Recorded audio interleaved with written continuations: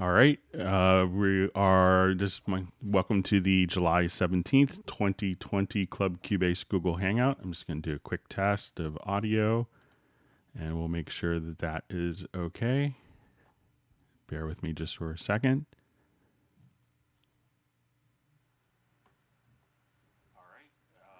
Okay, so it seems like audio is coming through fine. Okay, so my name is Greg Undo. I will be hosting the live Q&A session today. I'm presenting from outside of Washington, D.C. in the United States in Alexandria, Virginia. I work as a product specialist for Steinberg products here in the United States. If you haven't been on a Hangout before, how it basically works is you can ask questions in the live chat field. You could also submit questions in advance to clubcubase@steinberg.de.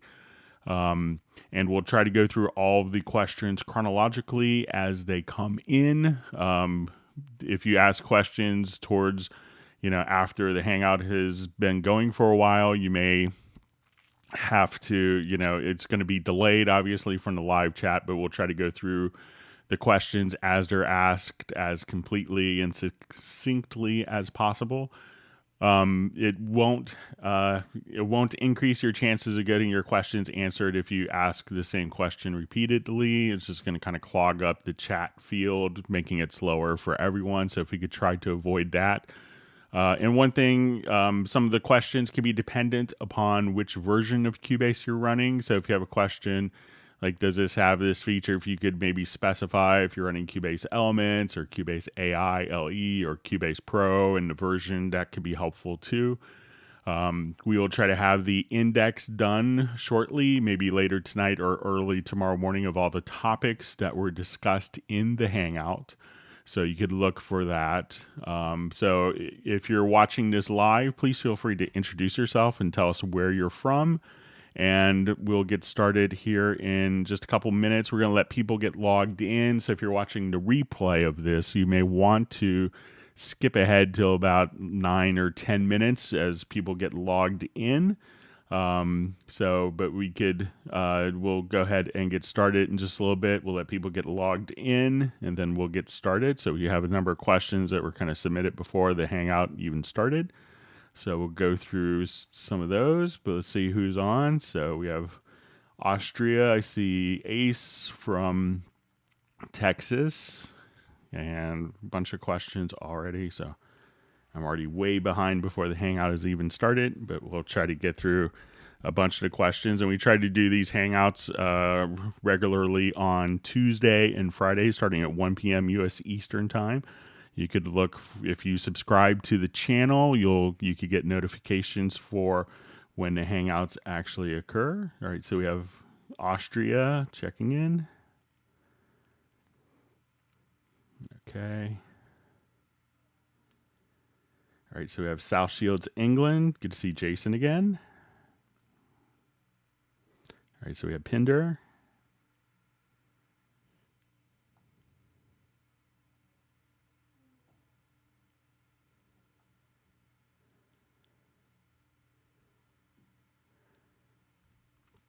All right, so we have Jay from New Haven, Connecticut.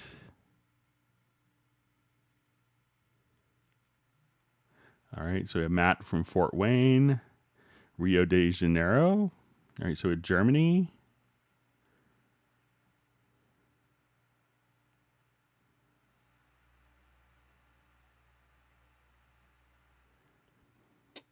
All right, so we have Agent K.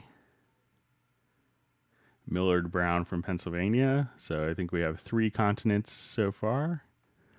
Let's see if we get Asia, and we usually have some people working the night shift in Australia, but it could be that it's Saturday there. All right, so we have Sweden. We have Pablo from Galicia, Spain. We have Sir Robert from Atlanta. We have Bobby Rolling from Bobby from. All right, my chat field already jumped.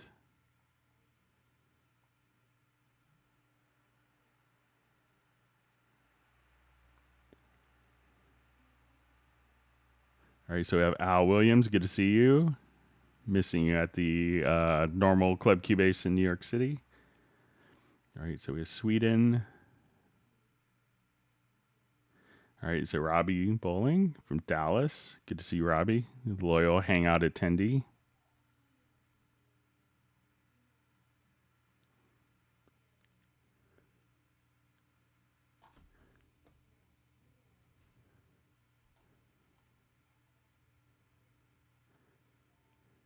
Okay.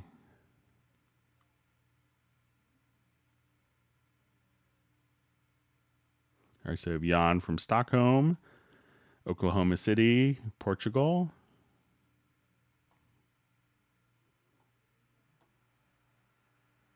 Kenosha, Wisconsin, Netherlands.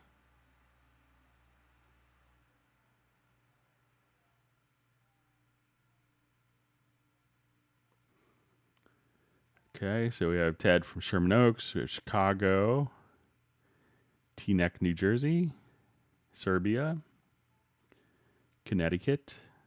All right, so Berkeley, California.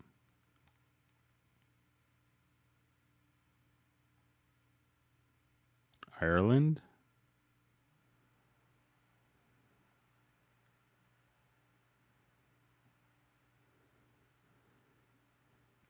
Okay, so we have more people getting logged in. Indiana.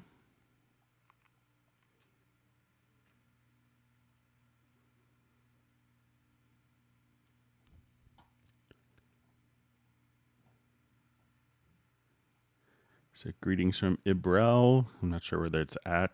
Sorry, excuse my ignorance. All right, so Saudi Arabia. All right, Colombia. So we have 5 continents. All right, we're doing well. Still looking for that Antarctic continent attendee. So maybe one day we have someone do VPN to make me happy. All right.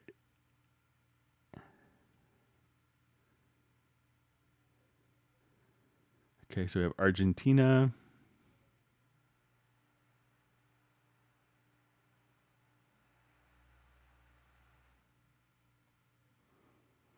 So I see a question maybe from Fadi. That says, what's the difference between using CC18 and delay compensation? So is that MIDI continuous controller 18? So I just want to make sure we get your question answered.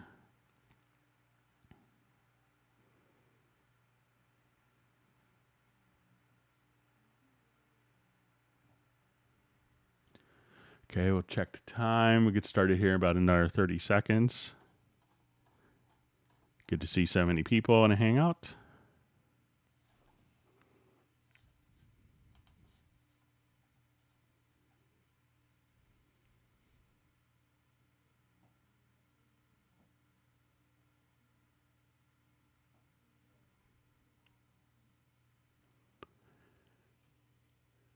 Okay, we'll just wait just a little longer.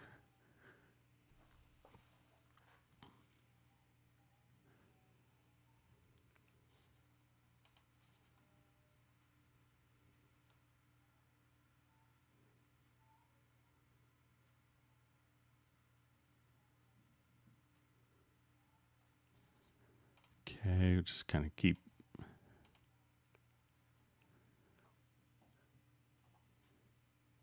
All right, just a couple more. All right, so let's go ahead and get started. So at the end of the last hangout, we had a question we didn't quite have time to get to. I think it might have been from Gareth. And he asked about kind of taking a longer audio file and being able to make little new audio files from that particular audio file itself. So if you want to take just a region of a file.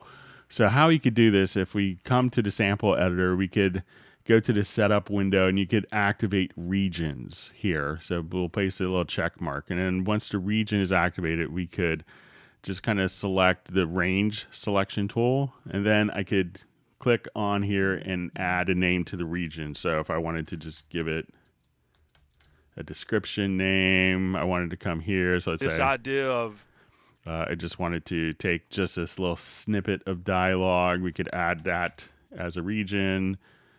come here. Let's say, okay, I'm just doing edits, and while we're here, Justin, I'll just take that and let's add this as a region. So now I could just simply take, these regions out and drag them to my timeline if I wanted to. So once we, and this is really helpful for doing like interviews and stuff like that. But if I wanted to turn these into separate audio files, all I would need to do is go into the pool. And as we go into our pool window, we could just kind of come over here and we could see that we'll have this little indication here that this wave has defined regions. And as we go to the regions here, I could select these and then right click. And then I will just say, I think under audio, and then we'll just say bounce selection. And then as soon as we do that, we could have the folder where we want these to be saved to. So we'll just do that. And now these will be individual audio files that were extracted from the regions. I also had just a follow-up because I was kind of confused with a question I think that maybe Jan had from the last Hangout about being able to set up a kind of a count in of 2.5 bars. So let me just, I'll just move this over here. So let's say if I'm here in my project window and I'm starting and I want it to punch in for this particular range here. So I will set the range and I'll just set my punch in points. I could hit the letter P and that will set my left and right locators around that particular range. And if we wanted to come to the transport, we can make sure that our pre-roll and post-roll are kind of active. So we may just kind of come over here. Let's extend some of these different options. So now if I wanted to activate pre-roll to have this to give 2.5 bars, and I think that this region might have been like a punch in the middle of a bar. So let's say it's going to come in on beat 3. So I'm going to come right over here and I'm going to activate my pre-roll, and I will set this for 2 measures and 2 beats. So now I'm going to make sure that we have the punch in and punch out active. When we just hit the I and O, I will go hit the number 1. And now as I just play, it's going to roll back 2.5 bars. And then it would punch in. And I don't have an actual track armed. But so if I want to do that again, just hit 1 and then play. It rolls back 2.5 measures. Then it'll punch in and subsequently punch out because we have that set, or do a loop. So a couple clarifications from last Tuesday's Hangout. Sorry I didn't get a chance to finish the regions question. So let's go ahead and move on to questions that were submitted for today.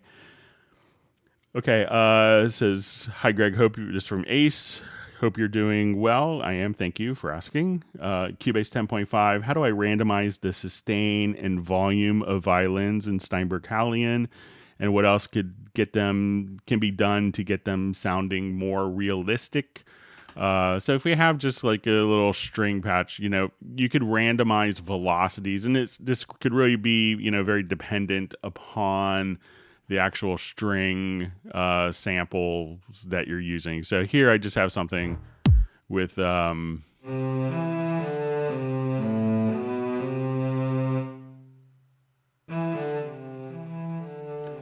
some of the things that you could do to make different elements more realistic is realize that when musicians actually play that they're going to have like if I come here and adjust, different velocity values, we could have velocity sets. Let me just.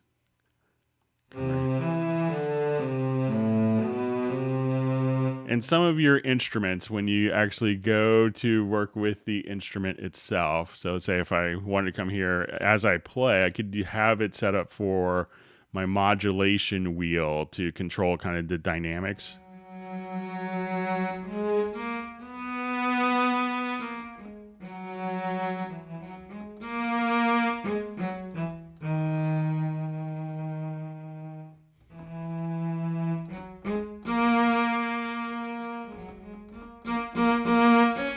And this will switch between kind of the different samples to do that. So being very kind of conscious of that. And think, it's like when you play a wind part, think, as you do it, just breathe and actually kind of, breathe with the phrases and think of like the bow. So, if you get to the end of a long note,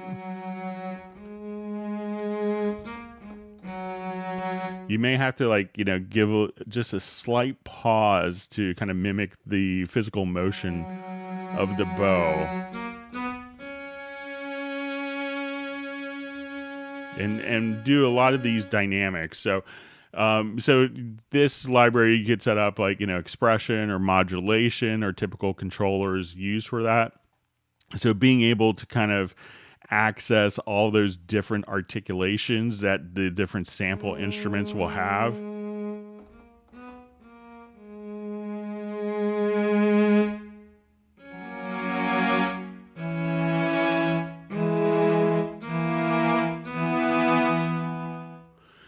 Those can make a big difference in realism.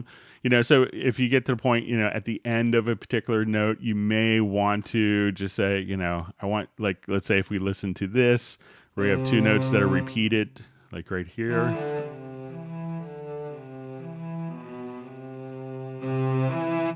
So if you want to do that, so if you think about, okay, how the person is going to be bowing that, they may have to give a little more space to make it allow to bring the attack out.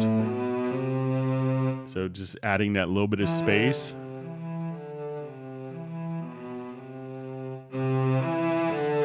Because that's kind of the motion that the musician would do. So think of what the actual musicians are doing, and that could make a big difference, and depending on the samples, for drums, velocities can make a huge difference in realism, but, getting into the actual instrument themselves, working with, whatever type of expression modes that you have for the typical sample library can make a huge difference in realism. But, think of, breathe along, try to move your arm along like it's a bow, and, just kind of think about how the musicians would do it. And often those little things can make a big difference. Okay. So there's a question. In MIDI editor, there is a plus button on the bottom. You can actually add more than the velocity controller there. You can add specific parameter. You can adjust and automate. So there's probably more of a additional follow-up that someone offered for the expression. Okay, so we have a hi from Sweden. Is there any way to record MIDI and audio at the same time, like Studio One version 5 does? Is an awesome feature they added. You can make changes with MIDI and render audio. So, what you could do is, let's say if I have this cello here. So I could take this and I'm going to add, I haven't seen the new functionality in the other program, but if you want to record MIDI and audio simultaneously, I could just create a group channel, like a stereo group channel with that. And I'm going to just add we'll just say a stereo audio track, and I will set its input from the group channel. So now I'm going to record both MIDI and audio. So as we come right over here, I'll just hit play. And now.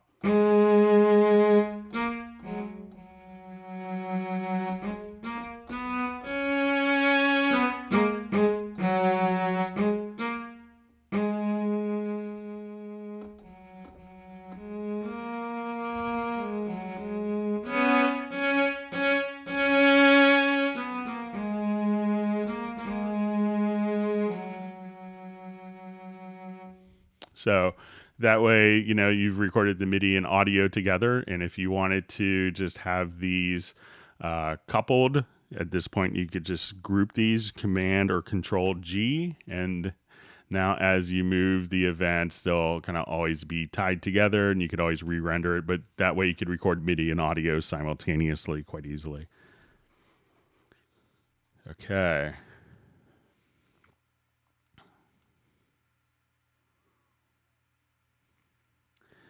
So a question from, I think it's Jadeep. Sorry if I pronounced your name incorrectly. What is the best loudness level of track? A lot of people try to aim for like a minus, like in the mixer. There's no right answer for that. A lot of people try to make their mix hit around -6 or -12 dB. So each track could be completely different, and the combination of different tracks, so let's take a look, kind of something that may show a good indication of this. So even though maybe these tracks aren't super hot here, kind of when combined with all of your different sources, like you think the drums would be hotter. Even if we look at the drums here, we see that the drums aren't really pumping as much as you think that would be driving kind of the overall loudness. But you can see here that the kick, snare are kind of lower than what you have in the master fader. So having, a loudness target that you want here, it's kind of irrelevant as long as you can hear it clearly and that the gain structure is set correctly for your master fader. You could have this set to, where it's always -3 dB for every track, and then your gain structure is completely messing up when all those tracks are summed together. It may not just sit well. So, don't worry so much about the individual tracks, just kind of do it by ear. But make sure that you have a little bit of buffer here, especially if you wanted to take it to mastering or kind of treat the mastering as a separate independent stage of the production process. But that's kind of what I would do. So I wouldn't worry about the individual meters, because these, and with different effects processing and EQ, that may not indicate on the levels here. But, you just want to make sure that you kind of keep that master fader in line. Okay, so we have a question. Hey, Greg, hope all is well. My question is, in the studio setup, Mackie control, is there a way to assign user function to toggle the windows, i.e. mixer, arranger, left and right zones? Thanks. So let's take a look if we have a Mackie control set up. So let's say if I go to my Mackie control here, so I would just say like F1. I would say let's go to, it's probably going to be under studio menu. Or I'll just do,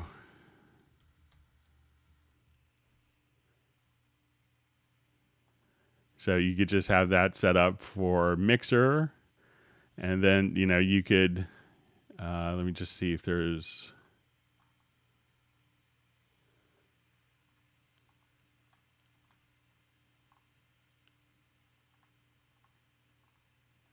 so you could just assign these to different functions. Let me just, so this will be in our mixer category. So you could just have it open up mixer view. So you could do this, but it's probably not the mixer category that I'm looking for.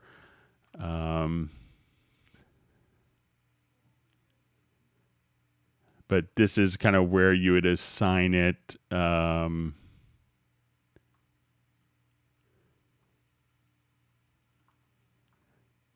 So for the other ones, we'll say maybe focus. So that would allow you to toggle back and forth.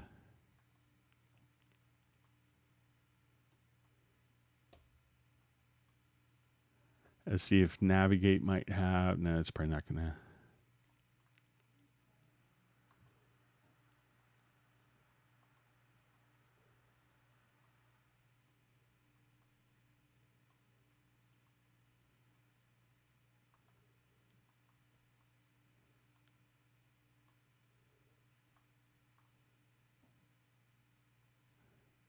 That maybe to be under studio, but this is kind of where you would do your different functions. So you may just have to, so let's say if I wanted to go to, So I'll just check here, see if we can find that for the Mackie control. So it'll be under devices, mixer. And then let me just take a quick, just close this quickly.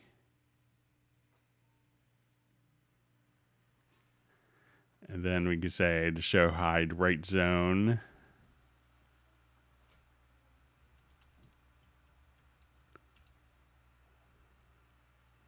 So that'd be under window zones.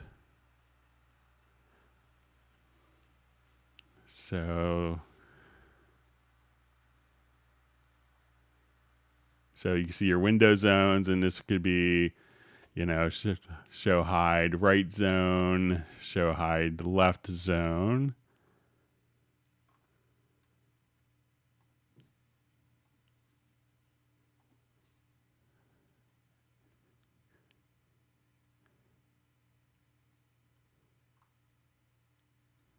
So say devices, mixer. So that's how you could set up the different function keys for your Mackie control to open a mixer and show hide left zone.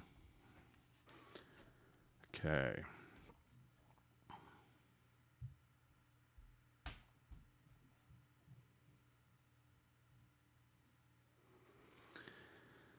Okay, it says I assigned a delay send level quick control command to my MIDI control slider, but when the slider goes up, the effect goes down. How can I invert that so that when the slider goes up, the effect also goes up? I'm not sure if there's an invert function for that in the software. It could be that maybe the values in the MIDI controller are inverted. That could cause that. So say if I go to my VST quick controls, so there's no invert here within this. I'm just kind of looking. If you needed to invert, let's say, I think I made a little, you might be able to just do a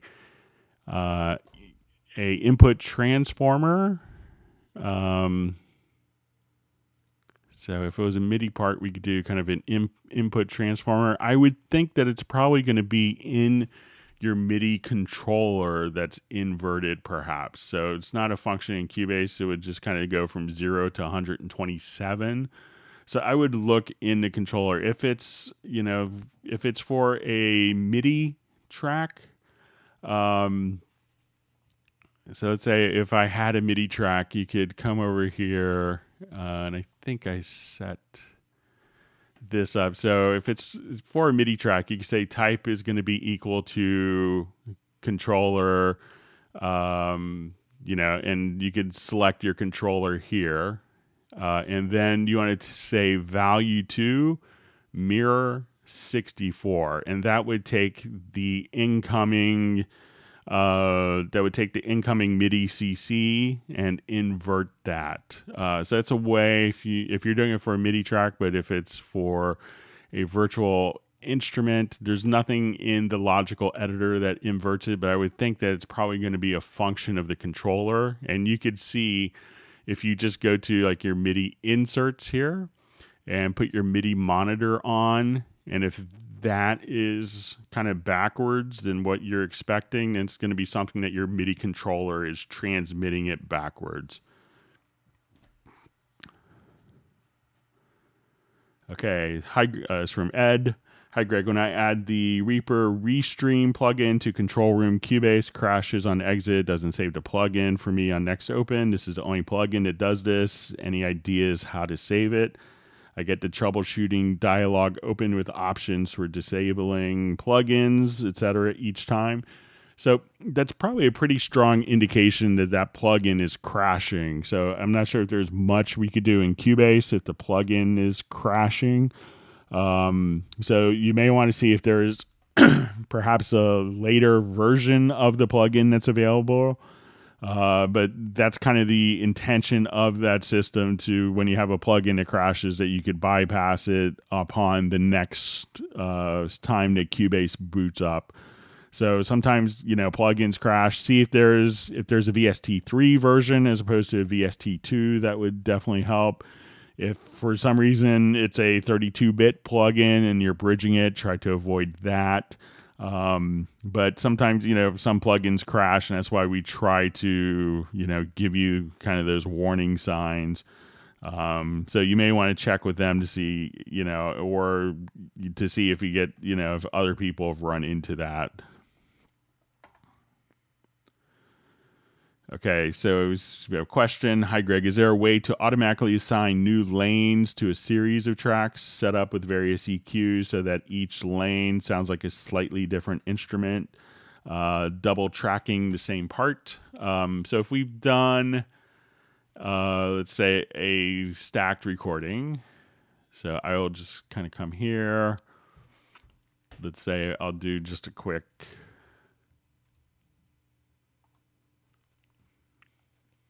recording.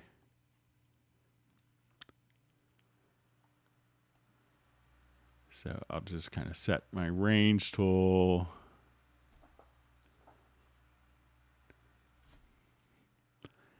And let's just add a quick audio track here. Okay, so if I've done a number of recordings here. So let me just put it in a loop mode just so we get more recordings.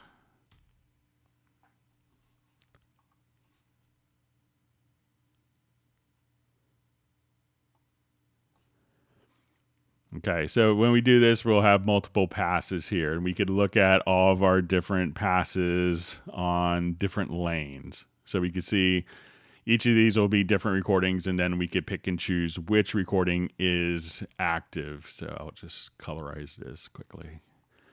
So when we do this, we could use the comp tool, and if you wanted to sound like different recordings with different EQs, what you could do is just simply select the lanes here. So let's say we don't have anything in the last one. So let's say I'll just hold down the shift key, select these lanes. Then you could right click and you can say create tracks from lanes. And now each of those tracks, each of those lanes has been spread automatically to new tracks, and you could adjust the EQ independently for those, so that if you wanted to kind of create more of a stacked and have just a little bit of variation. So from the lanes, select the lanes here, and then right click and create tracks from lanes. All right.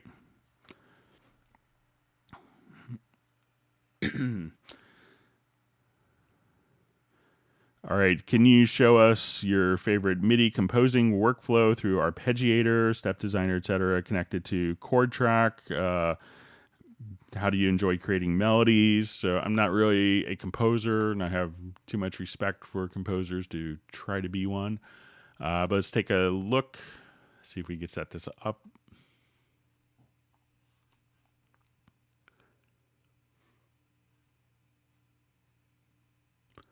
So I'll start with a quick, let's add an instrument track. Let's do just a quick retro log.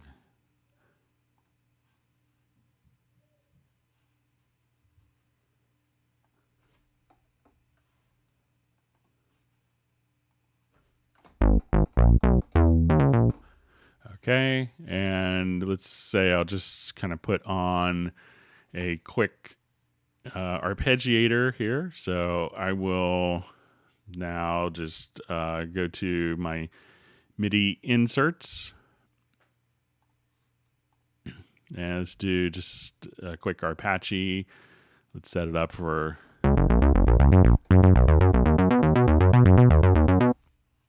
And I'm just going to auto quantize recording, and let's say, okay, I just want to now turn this on.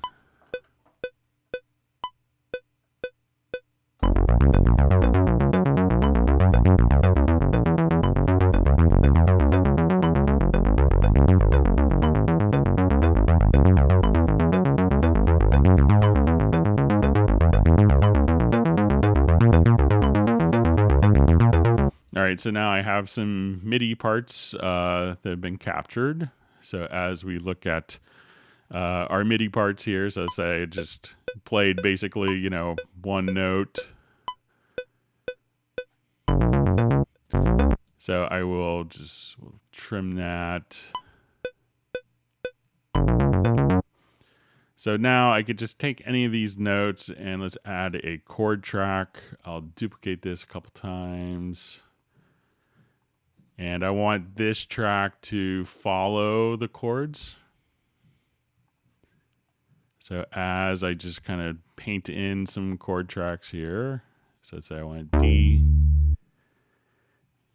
And then let's...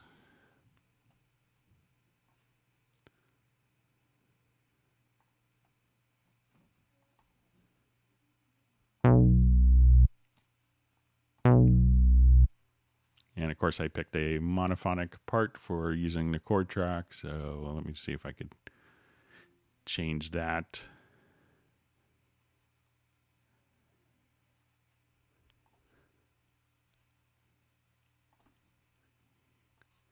All right, so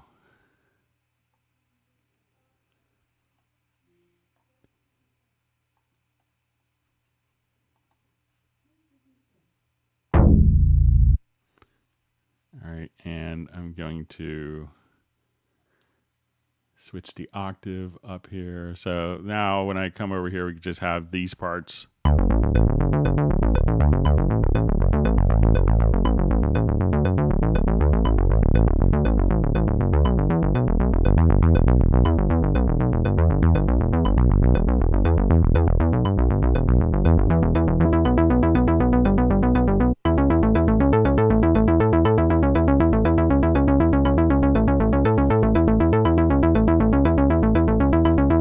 So it's probably the worst composition of all time, but you can kind of get maybe an idea. Now, how to extract melodies out of that is, you can just kind of come over here, and as you want to look at the melody, one of the things you could also do is kind of colorize based upon, the different, if you want to make sure that you're doing this within the chord track.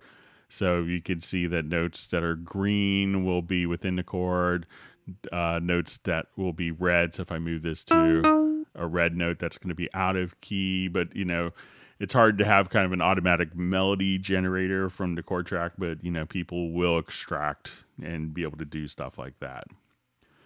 All right, next question. Can you please show how to use the de-esser properly? I have a friend and his S is extremely hearable. And maybe some other tips if you have. So I'm not sure if I have like a really heavy sibilant vocal to use, but say, we'll just jump to.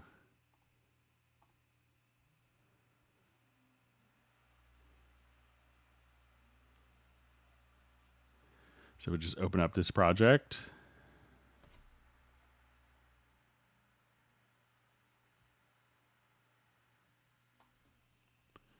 Okay, so let's say I'll just come here. You wished it all away, and I'm left here for a thousand. So there's a little bit of sibilance in this vocal. So I'm just going to turn on, from, if we come over here to tools, there is a de-esser that's included. So if you wanted to just kind of... So what this is basically going to do is you could find, the actual frequency of this. So you can set kind of the threshold, how much sibilance.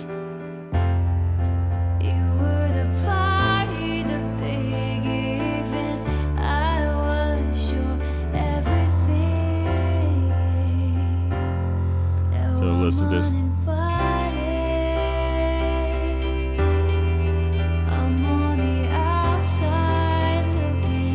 And if you wanted to look at it in kind of a larger view, we could come right over here to, I think it's going to be under dynamics. So we can just get to your de-esser here. And then you'll have kind of, some presets to work with. So, if you wanted to come over here, you know, so you could have kind of, this is the frequency range that it's going to be doing the de-essing on. Put the close side up on your heart. All the lights went out and it got dark. Where do I go from here? Where do I go from here? Where do I go from here? I'm on. And here, if you wanted to just take that vocal and you could just kind of solo within the plugin, you can find, let's just see if we can find. The party, the big event. So let's say we'll just take that little phrase here. You were the party, the big event.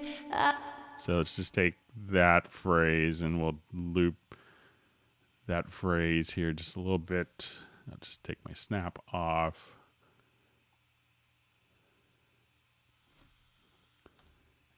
Were the party, the big event.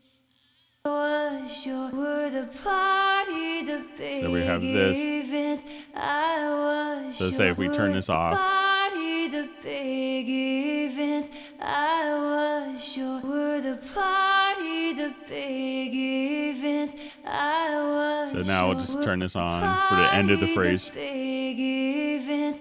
I was your were the party, the big event. I was. So, you know, you have to basically kind of play around with the different frequencies. So, you know, male voices may be a little lower, female voices may be a little bit higher.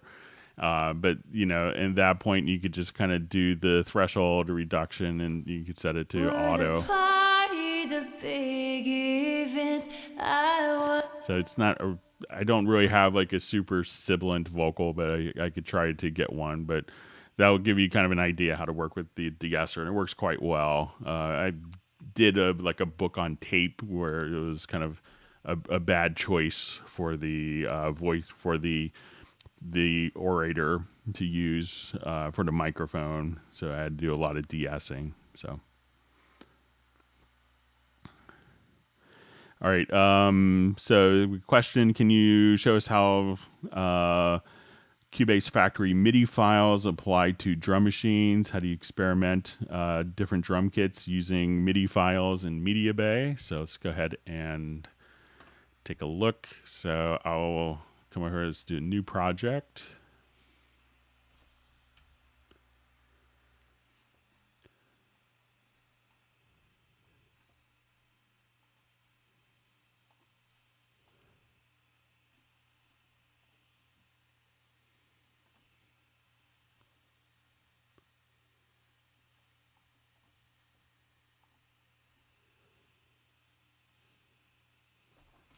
Okay, I'll just load up kind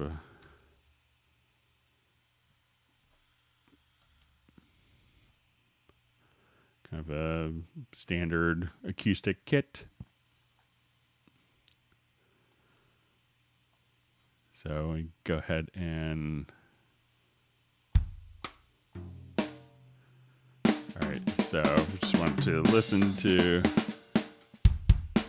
So if it's kind of within Groove Agent, there's some cool things that you could do as well. So if you come over here, so you'll have like different Groove Agent kits. So if you wanted to, let's say, just be playing a pattern here. So let's say if I just play, I could come over here and these will be kind of specific for Groove Agent. But if you wanted to just click on styles. So here you could just try different patterns, and some of these may not align. But let's say if I wanted like a blues pattern, I could just audition different patterns here.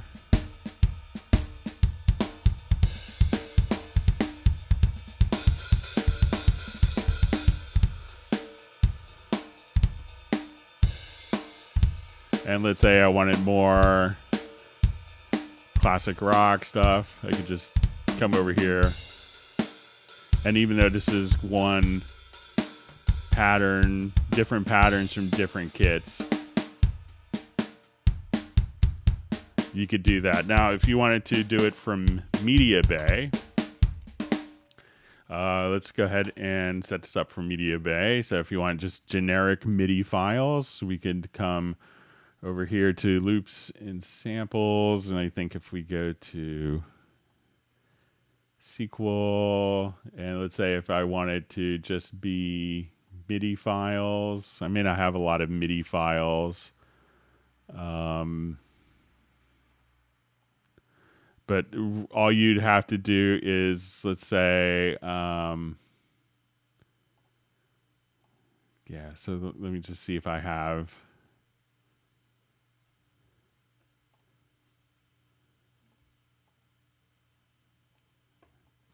So I may not just have a lot of MIDI files, but once you do have, I know that there's MIDI loops, but these will be kind of associated directly with.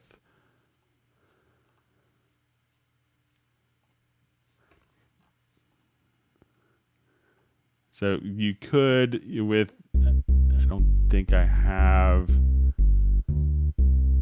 a series of MIDI files are all going to be, but you could choose within the MIDI player here. So let's say if I just go to my file browser.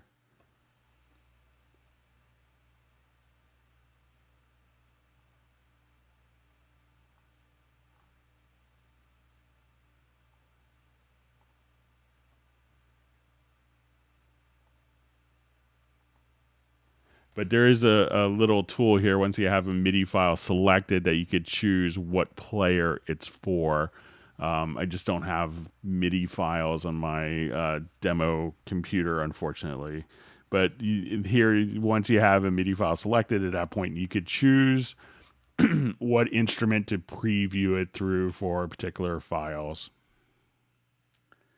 All right, so let's move on. Sorry, my cough.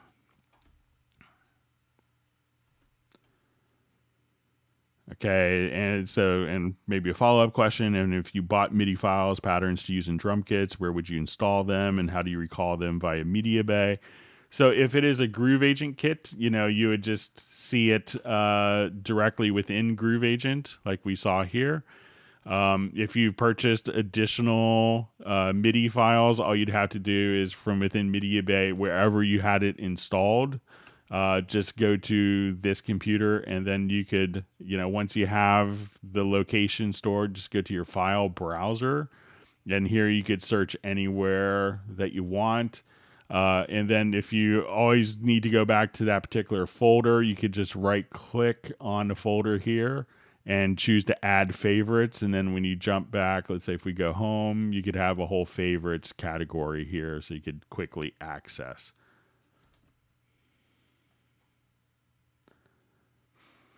Okay, so it says, hi, Greg. Usually play Fender single coil, but tried my Ibanez double humbuckers, but it's running too hot through the audio interface. Clips even at input level 1, plus, excuse my cough, plus rolled off guitar pot volume, but at a cost of compromising the guitar signal. How would you best approach this? If you're recording your guitar directly in your interface, make sure that your interface, I know like the Steinberg UR interfaces, some of the inputs has a direct high Z input, which sets the impedance to be correctly matched to the output of a guitar or electric bass. So make sure that you're going into the right impedance input. So if you have the capability in your audio interface to basically to set the impedance to a high Z, that's what you're going to want to do. So if you're plugging into a mic pre or to a line level, it may not be kind of the best signal level, and you'll get results just like what you did. So some people will take, a direct box to kind of, change the impedance if you don't have a high Z input.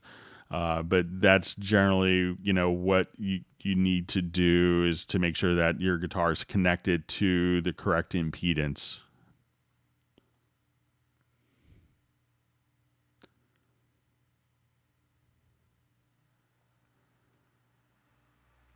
Okay, so Pinder, this is hi Greg, the Mancini track or Mancini track is The Village Inn from the Pink Panther. I don't know what the voicing, so we talked about this a little bit in the last hangout, like how to get that string sound. So I listened to it really quickly, and I think it's going to be, a lot of, room tone that's going to be in it. And I had a friend that did something very interesting to get that. And I saw it as like an effect. He was kind of going for like a vintage vibe on a part, and he just actually went into a reverberant room, set up his speakers, and I think it was like a bathroom, which is, his echo chamber, and then played the track through speakers and recorded the sound of the audio coming out through the speakers and blended that in with the track, and that got him a kind of a similar sound to what you had sent. So okay, so you see, hi Greg, Jay from New Haven, Connecticut. In my timeline, my chat just jumped way ahead, so bear with me. Sorry about that.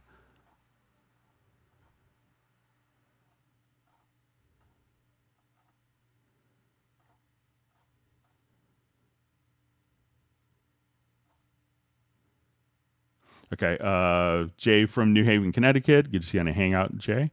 I have a laptop, i7 6700 HQ, 2.6 gigahertz, 16 gigs RAM. However, no Ondo seems to crash with only 3 to 4 tracks with VMs loaded. System is no Ondo power plan. Are there any more detailed accuracy diagnostic tables or recommendations available from Steinberg? The ones provided for PCs seem painfully volatile. Am I missing something? If you're having like a performance spike like that, one thing on laptops is, I think it's a utility a lot of people use, like latency mon, DPC latency monitor or latency mon. And check that. I would try, if you have the power scheme set, that's a great first start. But make sure also that, try disabling like your Wi-Fi. But if you do this latency mon utility, it could kind of show you where interrupts are occurring that could be causing problems. The 2.6 gigahertz isn't like the fastest processor, but you should definitely be able, I have a similar machine that's probably 7 years old-ish or so, and I get plenty of tracks and can do quite a bit with it. So it could be something like a network card or Wi-Fi that could be causing interrupts like that. So I would kind of check into those things. Also, if you could indicate what audio interface you're using, that would be helpful too. But check out like the little utility and see if that could point you into a direction of something that's causing problems. But you should definitely be able to do more than that. Okay. So we have a question. I would like to know how to export my mix out to another engineer, but still keep the same plugin settings that I have. So we talked about this a bit in the last hangout. So if you have, if the engineer is using a different program, there's really no way to do the plugin settings, easily. What I've seen some people do and what you could do, if you wanted to look at, particular plugin settings and pass it on to someone visually, just because the, plugin formats don't do that. There's no common way between programs to do the plugins. We can get media over pretty easily. But if you want the plugins, you could, choose to do like a render in place where the plugins will be burned into the files, which your mix engineer may not want.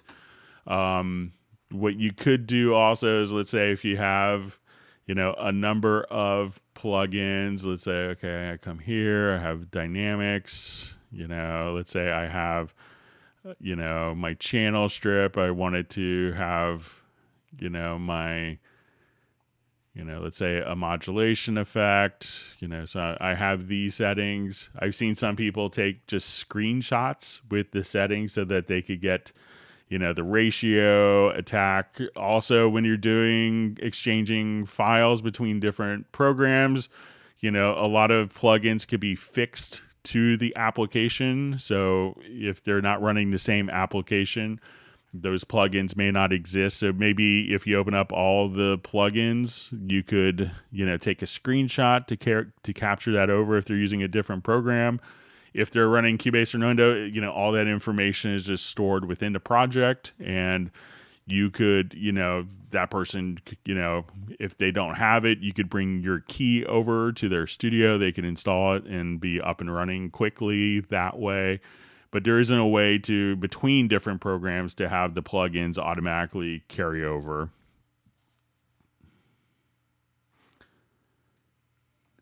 Okay.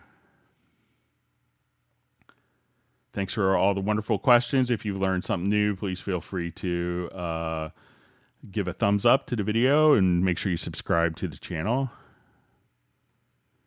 All right, Sir Robert said he was tardy. I think he's okay. We'll let him get by because it was Friday. Okay. Okay, so from a question from Robbie Bowling, what is the best or easiest way to mark VST3 plugs? The preference in the drop-down menu. I did some of this. So when you look at your plugin information window, so go to your devices and go to your VST plugin manager, it's the new name. So you could come over here. So once you do this, here you can see the actual VST3 version. And as you would select different plugins here, you could choose to just kind of, you can make a copy of your plugin collection. So you could just say new collection, and I want to copy the current collection over. So we'll just call this Robbie July 17th. Okay. So at this point, we can, let me just jump back to our defaults here.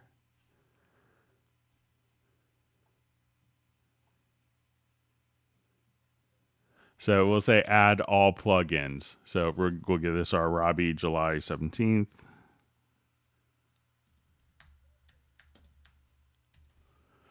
And as you come through here, you can see that these are VST3, and you'll see maybe this is this might be a VST2. So what you could do is just simply come right over here and just delete any of them that are VST2 that you have the VST3 version of. So you could also just come over here and just, go, if you click on the cog, like the settings cogwheel, here you could just choose not to have particular VST2 plugin folders automatically be scanned. So if you could change it there, and that will also kind of have the program not find them. So you could remove that, but you could just select here. That will select the plugin on the list. And then you could just, if it's like I see a VST3 and a VST2, just simply come right over here, take the selected one, right click and delete. And that way you could ensure that you're using kind of the VST3 versions at all times. So you do it once, and then you could save it as your save it as a preset, and you'll be all set.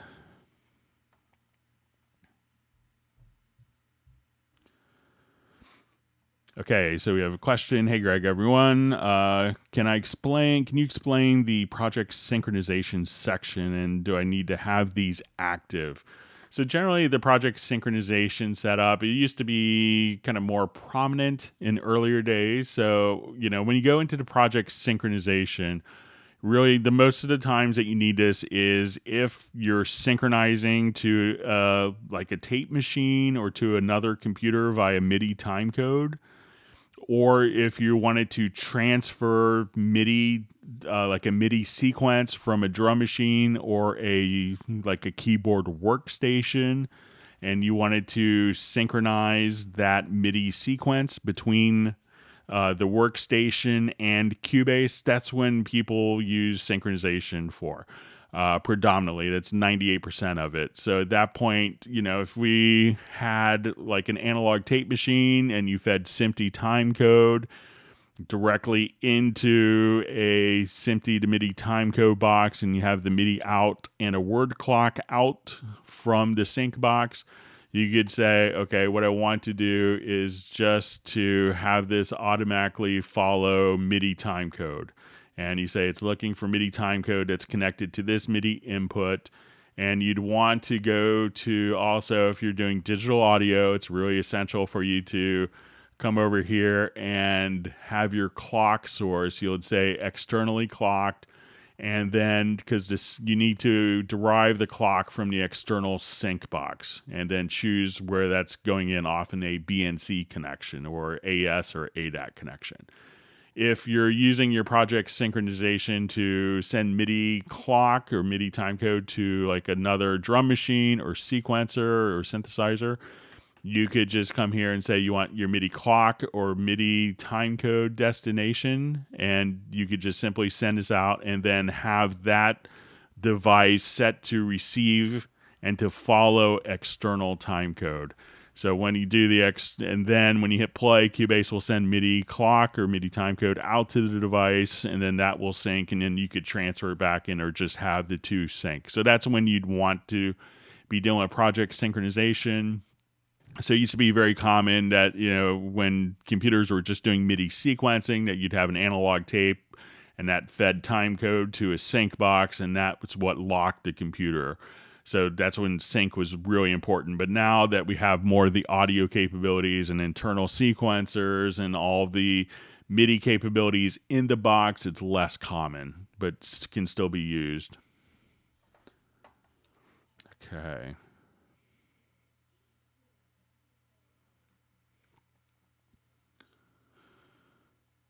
Okay.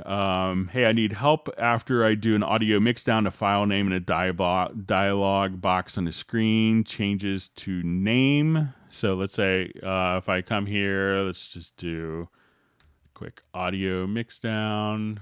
So let's say I do an export audio mix down. So we can see that the file name will just kind of be set here. So it says, after I do an audio mix down, the file name in the dialog box changes to name1. So let's say I just give it July 17, 2020. I will mix this down. I'll just put it to my desktop, and I say, okay, so I'll just say single. So let's do stereo out. So now when I come here, we could have our mix down file. And now when I come to my audio mix down, I believe it retains the same name here. Now you may have perhaps a naming scheme. So if you click on the little settings cogwheel to the right of the name, this would allow you may see just name here. So this could be the name that you give, but you could also, if you're doing cycle markers, or you could see the cycle marker name, you could add the dates, the channel type, project name.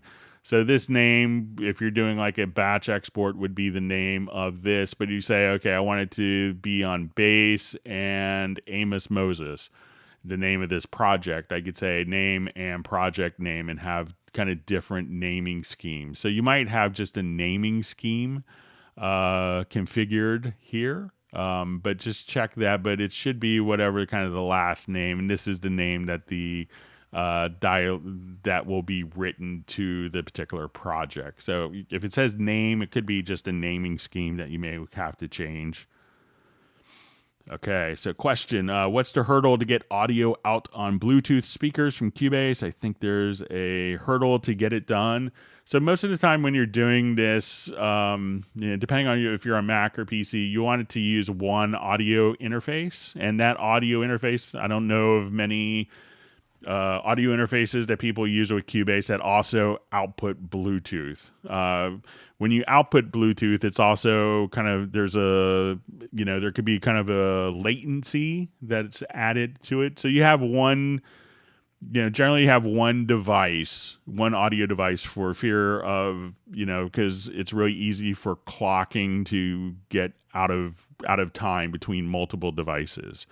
So you could set it for, if you have an audio driver set up for your Bluetooth headphones or Bluetooth speakers, If it has a driver you could go to on Windows, you may see it listed here on Mac OS, but if you're on Windows, you may just have to go to a generic low latency driver. And then when you go into settings for the control panel, maybe set that to Bluetooth.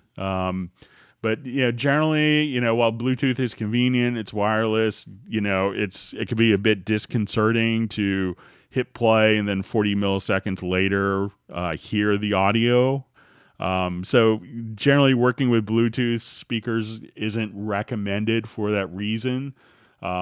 Sometimes, depending on the Bluetooth spec, it doesn't handle stereo so well. So while it's convenient, there are a lot of kind of limitations of the format itself. Okay, so we have Jan checking in from Stockholm. Good to see you on a hangout. All right, we have Oklahoma City in a house. Okay, so he says, hello from Portugal. Can I see the marker track in the key editors? Currently, when we have marker tracks, they're going to be just set up. So where we don't really see them in a key editor, what I've seen some people do to have marker tracks visible is to just use the in-place editor. So if you come here, you could see the in-place editor and be able to have, both MIDI notes and let's just make this a little larger here. You just scroll down further. So at this point, you could just have,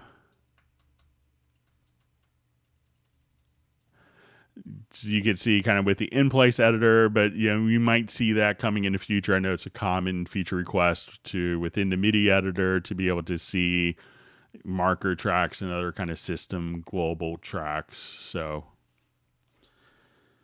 but currently there isn't a super convenient way of doing that.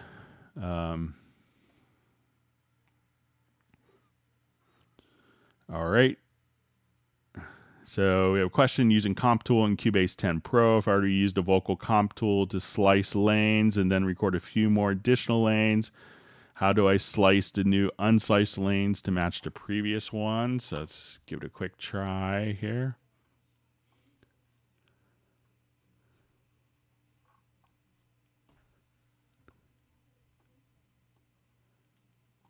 So I'll just do a quick comp recording.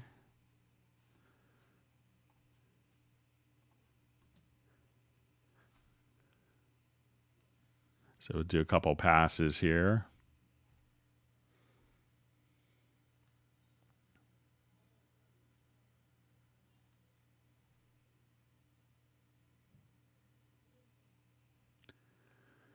Okay, and now let's do a comp on it. So I'll just come right over here. Let's just make these all the same.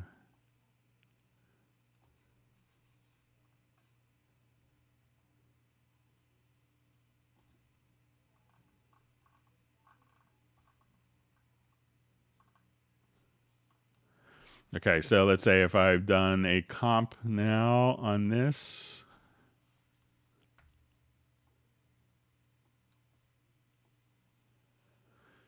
Okay, and let's say if I've done more, I do additional recordings. I've never tried this before.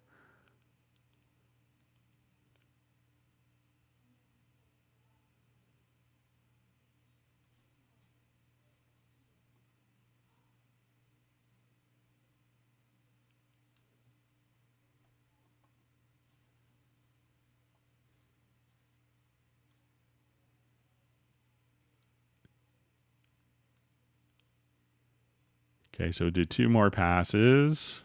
And now let's blow that up.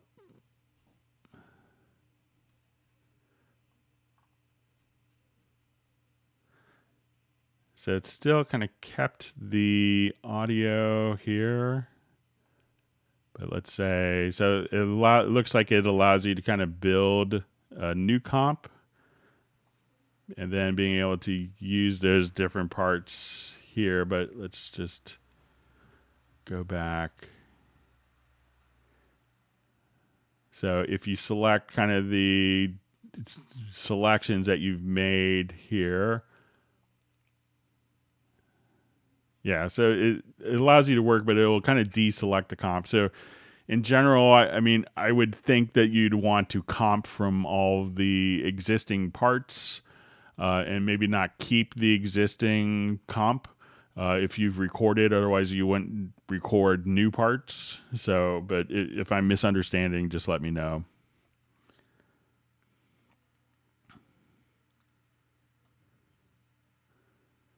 Okay.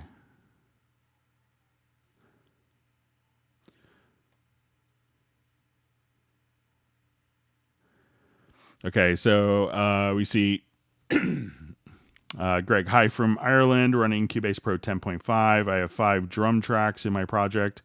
Is there a way to free warp all the tracks at the same time? Currently, there isn't a way of doing it. So the free warping is kind of set to just one track currently. So one track at a time. Okay, question. I know how to use the audio alignment panel. Just when using free warp, it only affects one track. So just a continuation. So yeah, so currently that's how it's set up to work. So maybe we'll see that in the future.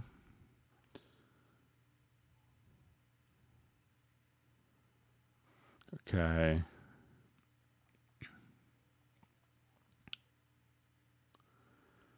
Okay, so he says we have a question. Let me just jump back over here.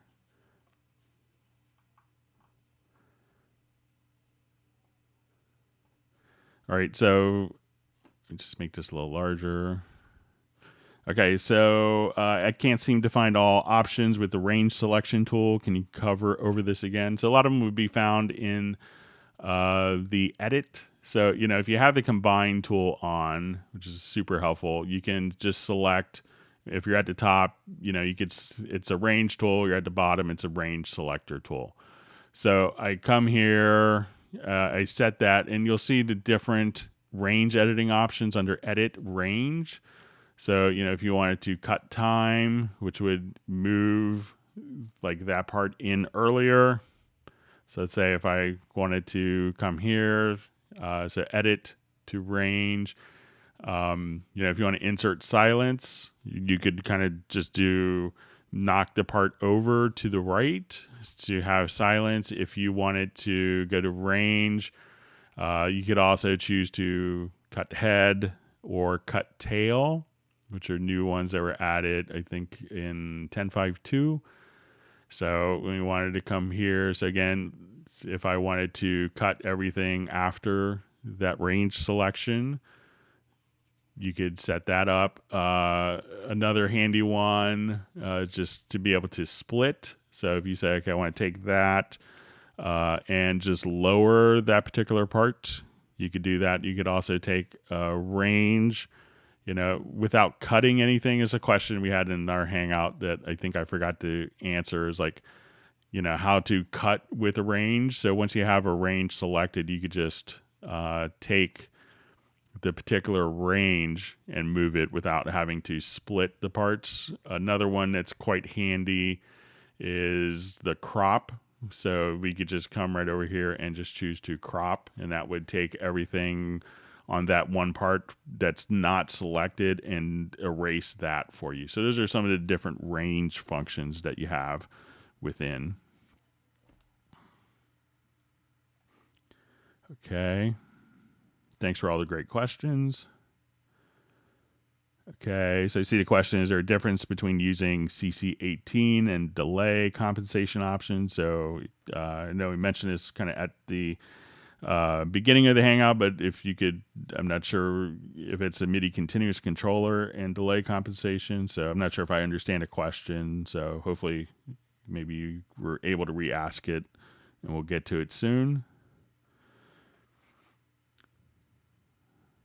All right, so just a nice comment from Tommy. A few weeks in and loving Cubase. Big thanks to you, plus the community and the live hangouts for making an easy transition.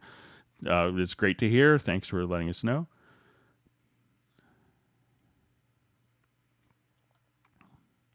Okay, so we see a question, Greg, in your video on making harmony tracks from one vocal, you made chord track from piano track. Am I able to make a chord track with the vocal track? Can you quick show again, please? Well, the vocal track generally is going to be just for, you know, it's going to be able to. You can't really make the vocal track from a harmony track. The pitch to midi, or the pitch to midi is currently in Cubase set for monophonic. But let's say if I'm here and we wanted to do vocals for a part and didn't like that project sometimes. Let's see. Sorry about that.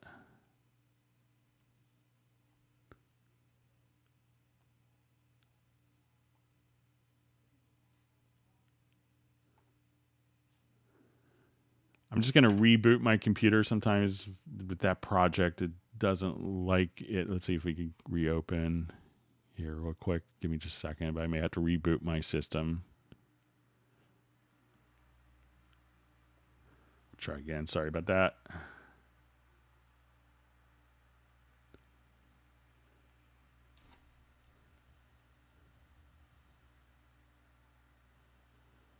Okay, I'm going to quickly reboot. If everyone could hang on for just a minute, I'm going to reboot my computer. Sometimes this will just be faster. So just bear with me just for a minute or two, and I'll go ahead and just restart my Mac. So just hang on.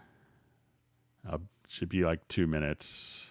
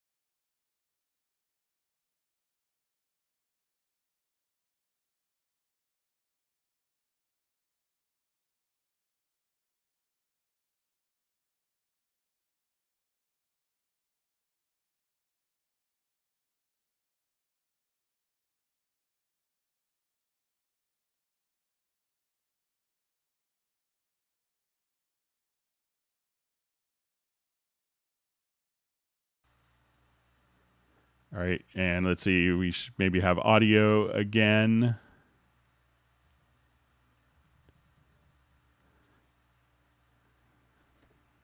All right, so let's see if the audio is back. Sorry about that.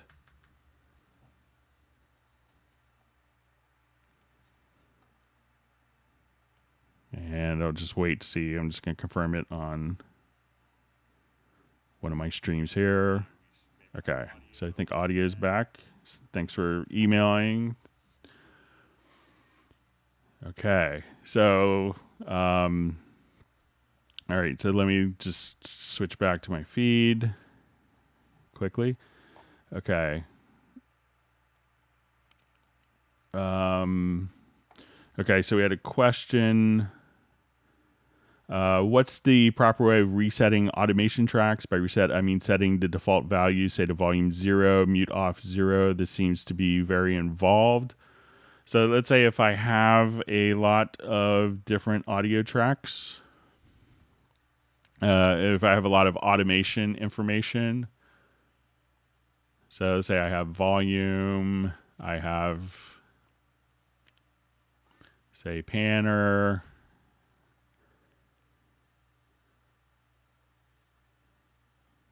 and let's say if I have mute,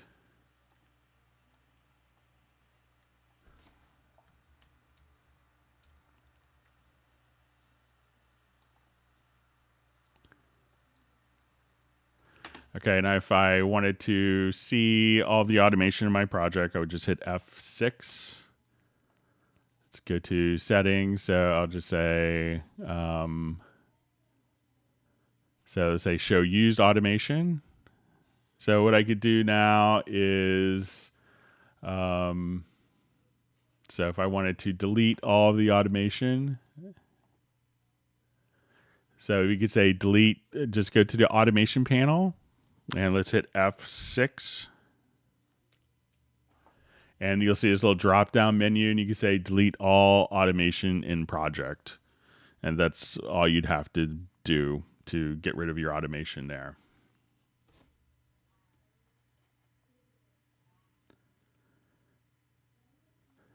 Okay.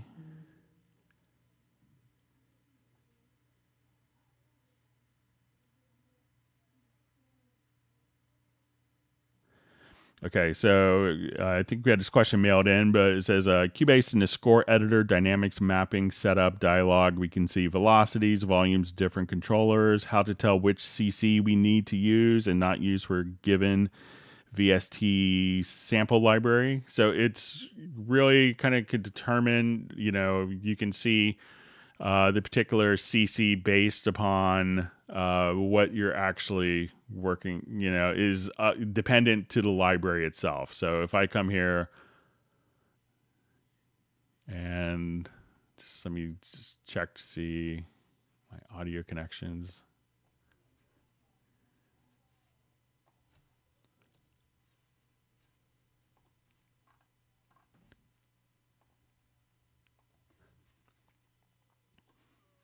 Okay, so let me just, okay, so if we come here,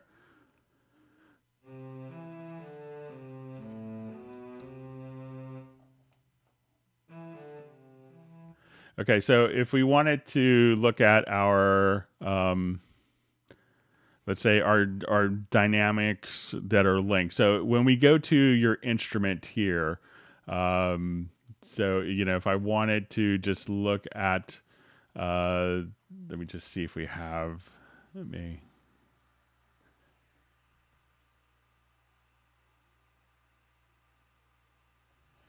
Okay, so when I look at the instrument for this particular track, I'll come here and I can see that this instrument is going to, the expression controller here is going to respond to modulation. So as I kind of just play that, we could see that we'll have, we'll see that this is going to, the modulation wheel is going to control the volume there. And if I wanted this to, you could set these, depending on the instrument, they could often be changed to different modulation values. Now, if we're looking at the score editor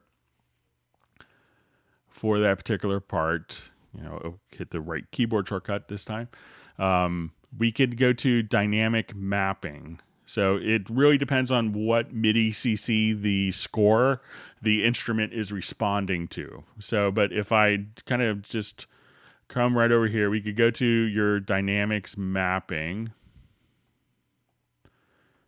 and we could assign these different dynamic values here to, different velocity amounts, or we could have it do, there's also kind of send volume. So you could have it with main volume expression or MIDI CC7 for volume changes. Or you could just say send controller, and then you could pick your various MIDI controllers here. So now when I come here and I drop in, let's say a forte, it's going to send the controller out by 70%. When I hit a piano, it's going to be 40% and 30% for pianissimo. So as I play, now I could just say we have forte. And then it's going to be piano here. And then fortissimo.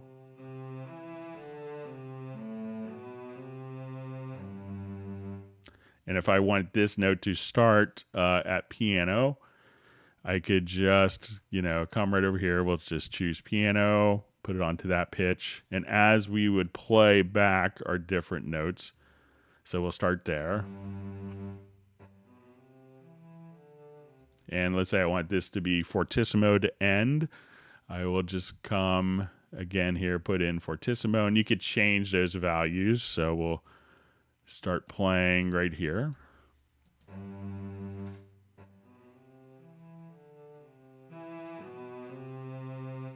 So, it really depends. You could just right click at your dynamics mapping and you could change those values for you. So you may not ever do, quadruple forte or quadruple, pianissimo. So, you could adjust those accordingly here as well, so that the playback will kind of match the dynamics that you put in. But it's really, you have to figure out what dynamics that the instrument is responding to. So some of it can defaultly work with, MIDI CC7, but that's volume. But a lot of times as you switch,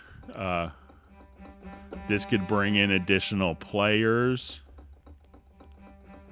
and different sample layers at different dynamics. So at that point, you should be able, so that may be a more realistic way to deal with it.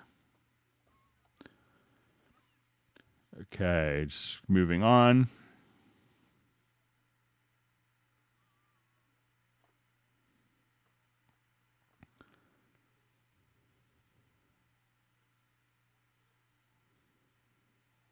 Okay, so question, is it possible to free warp channels of multi-channel clip track independently? If not, what is the workaround? So, currently there isn't a multi-channel warp, so you'd kind of have to do it one by one. We've seen people that will, take, 5 channels at a time, let's say, multiple guitar parts, and then export it, or as a quad or quad or 5.1 file for 6 channels, and be able to warp just all of those together simultaneously as an interleaved file.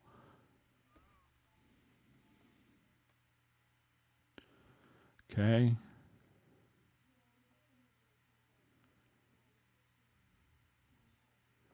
Okay, reading through different questions.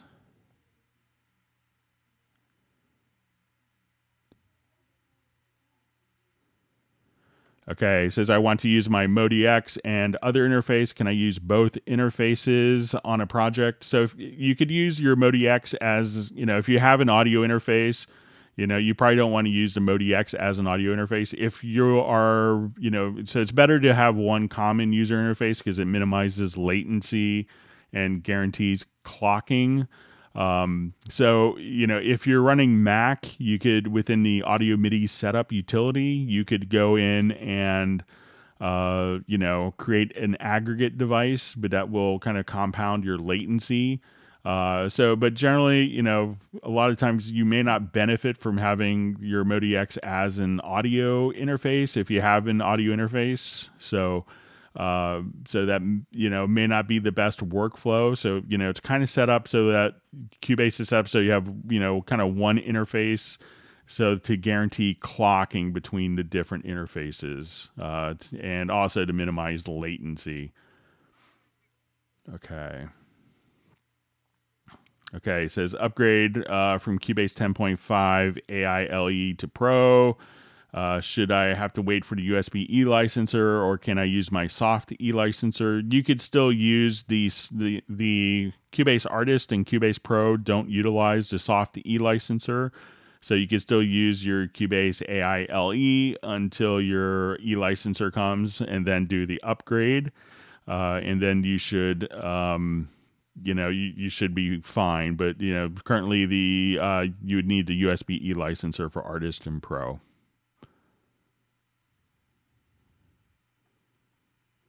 Okay, just going through comments. So a lot of discussion of climate in different areas. Okay.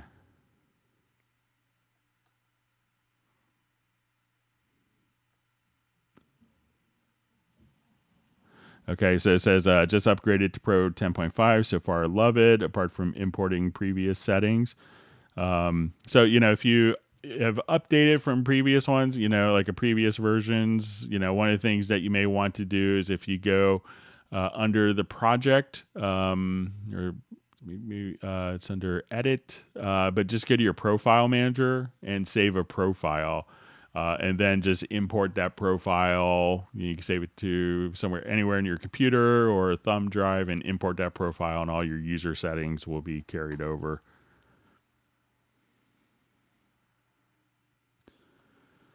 Okay. All right. So seeing a comment from Jazz Dude that there's a utility called MIDI Joys that will allow you to kind of take your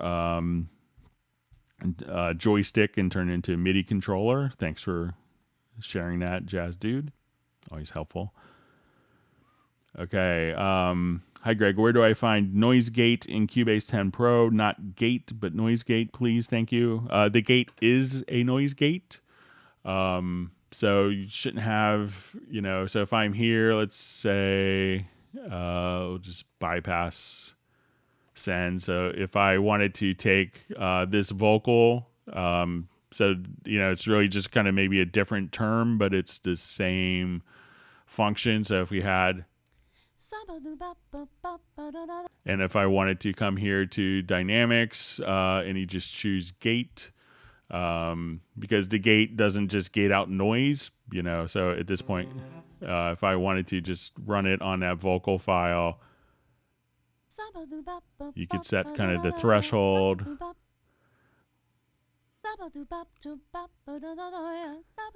So, but it's the same exact concept. There's no real difference between a noise gate and a gate. All right.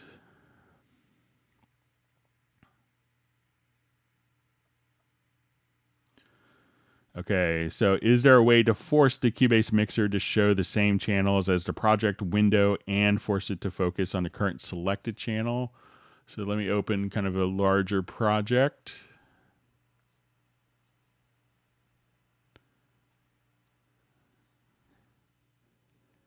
Let me just find kind of a big one here. All right, this should do.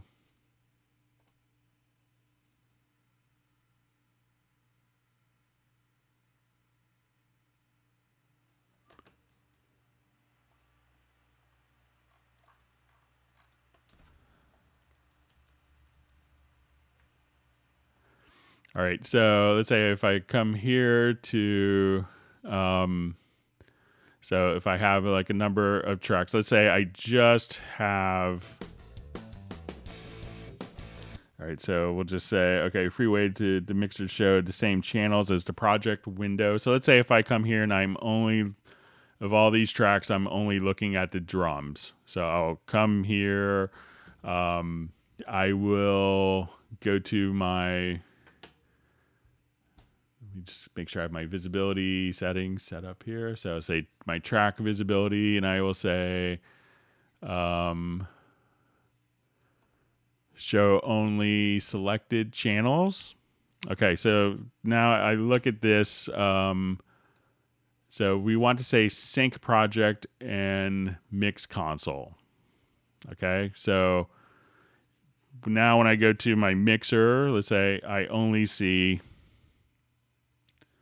and I'll just hide my channel type here. I'll hide my input channels. So there I only see the channels that are currently active. And again, if you go to visibility, you want to make sure that's, you'll see these little 3 lines here. Make sure that sync project and mix console is selected. So if I wanted to come over here, and if I had that deselected, now if I come over here to my mix console, I'll just say, let's, I could say, show all channels. And those aren't synced. So while I could see this here, and I could see all of my channels in the mix console. So I see my drums at the beginning, and then a bunch of vocals and guitar parts. But with this icon selected there, these are the tracks I have visible. Now when I go into my mix console, that's all that I see. And if I have that track selected, I hit F3, you see it kind of obviously selected there as well. So make sure you can see the focus there on the current channel. So again, just kind of come right over here and just do this sync project and mix console. Okay, so see comment from Vinny. 1 week passed since my support ticket was escalated to senior tech. I've not received any help from them or any help from anyone would be helpful at this point. I get a blue screen. So, as we mentioned, Vinny, in previous Hangouts, that often blue screens are going to be hardware based, like 99.9% of the time. So it may not be a Steinberg problem, so I would, try to look, you may have some information in the blue screen, but, if it's a Steinberg interface or something like that, they may be able to help you with that. But, generally that's, pretty indicative that it's going to be a hardware problem, as we mentioned before.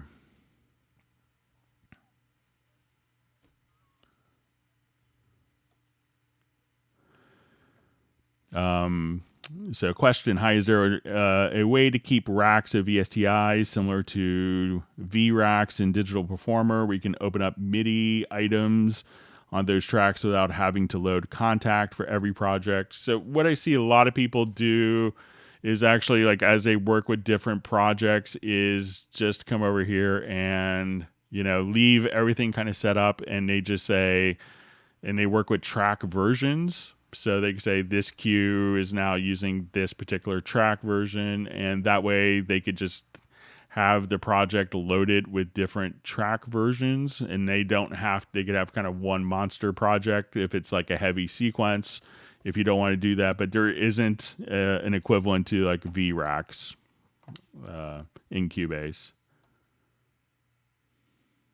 All right, good to see people from London checking in. Kiri, I'm probably saying your name wrong. Apologize.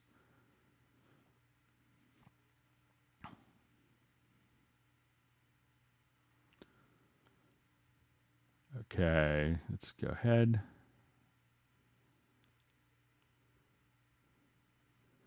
Okay, reading through comments. So just seeing people saying that we should like the live stream, so that'd be good. It's always a good thing. And make sure you subscribe to the channel if you haven't done that yet.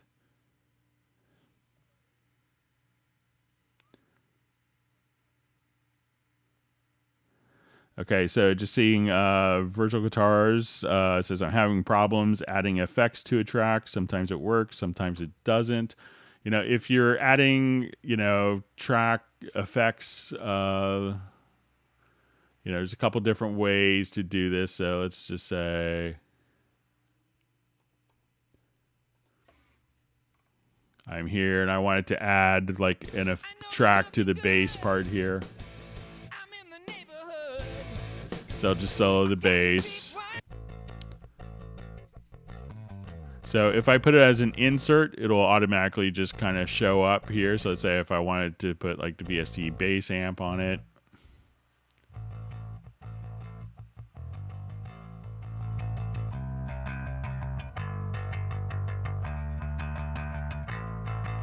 So that would be just running it in real time.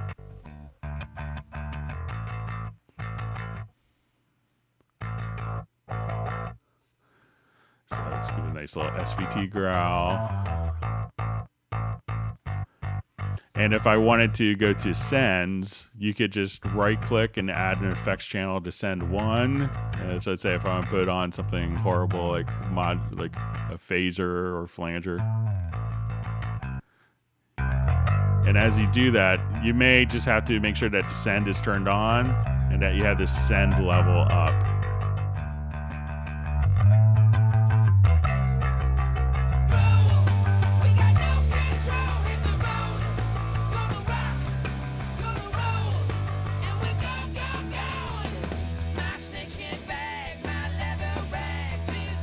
So this is a great bass amp plugin. So anyways, so try those things, but generally it's pretty reliable and kind of works consistently.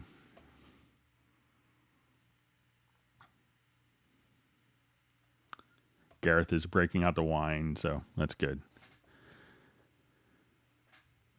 Okay, so I see. Hello, I upgraded to Cubase 10.5. I can insert magneto and the tube saturation, but the tape saturation doesn't show up in my plugin list. Is it only available in the channel strip? Thanks in advance. Yeah, so the tape saturation is only going to be found in the channel strip. So it's not a separate plugin. It was just kind of done directly for that. So I'll just make sure. So yeah, so when we come here to the channel strip itself and you want to go to the saturation, that's where you could just see kind of the tape saturation there. And it might be it could be derived, maybe, I haven't checked it, but where it may come from is the algorithm maybe from Quadrafuzz. So if we come here, there's kind of a tape saturation. So this might be kind of very this might be kind of where it was derived from. So, but if you want it as a separate plugin, you could do it on Quadrafuzz and just have it for one band for the entire frequency spectrum.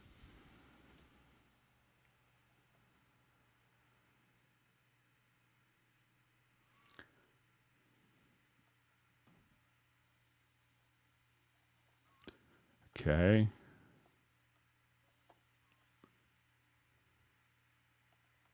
Okay, just updating my chat view here.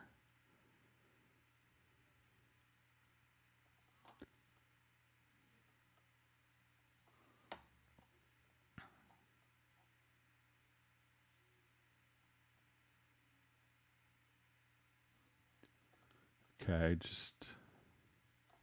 let me just scroll back.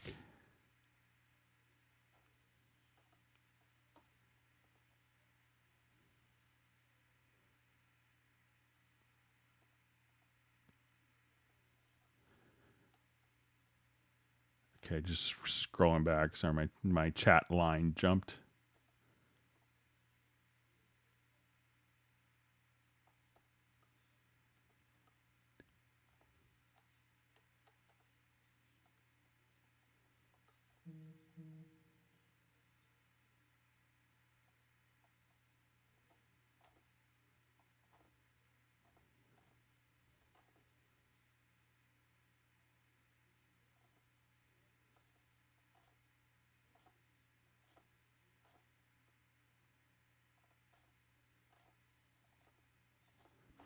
Okay. Okay, so I may have lost a couple of questions in my chat line went back, so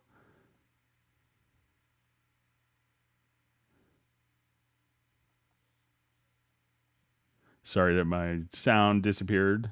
I appreciate Agent K for sending me a quick email.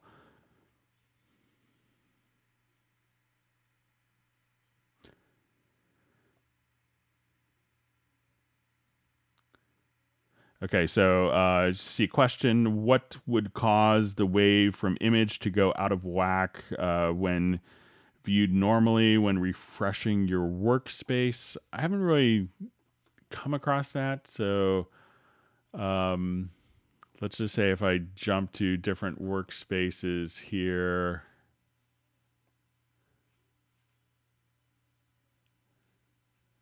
Let's see if we could get it to. Yeah, so I haven't really noticed that, but if you want to email me just a picture or like in a screenshot, that might be able to help.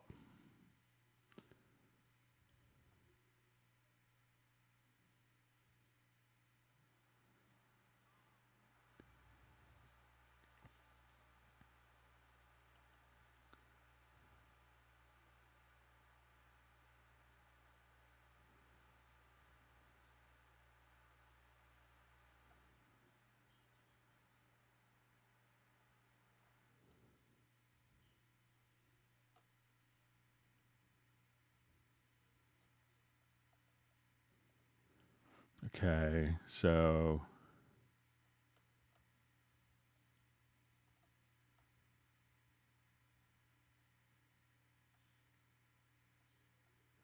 all right, so just seeing through when the sound wasn't working, so sorry about that.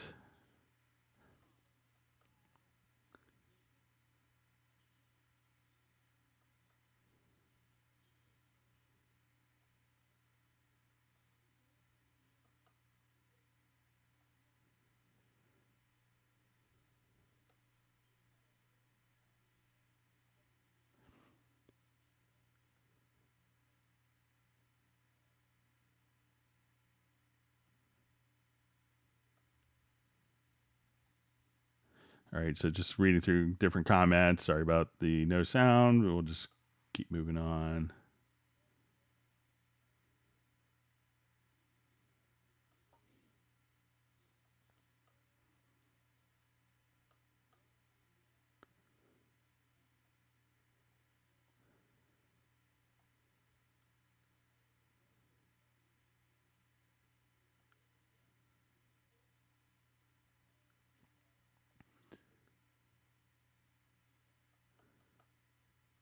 Okay, so now we're kind of back to normal where people can hear. So that's where I am in catching up with the chat feed.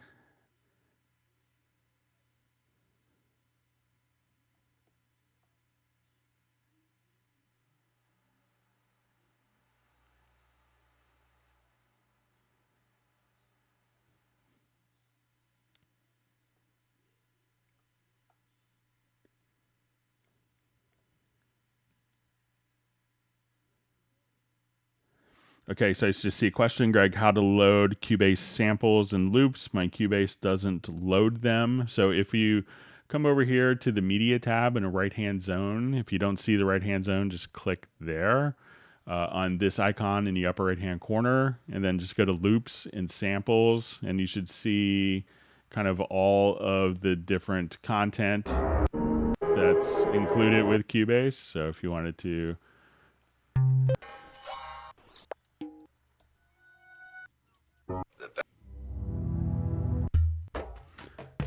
and that will allow you to kind of audition. So that's kind of where all the different content is. So again, you could click on the home and just go to loops and content, and you should be able to see it there.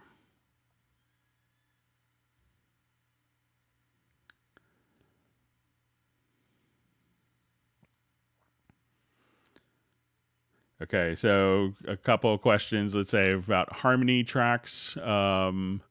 So since the sound wasn't working, we'll just do that really quick.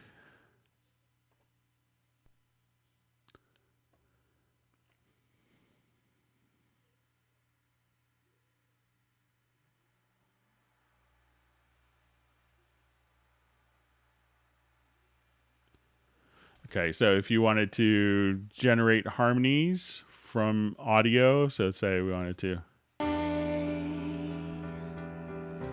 You wished it all away, and I'm left here for 1,000 years and a day. So let's say if I want to take this phrase right here, I could just select it in.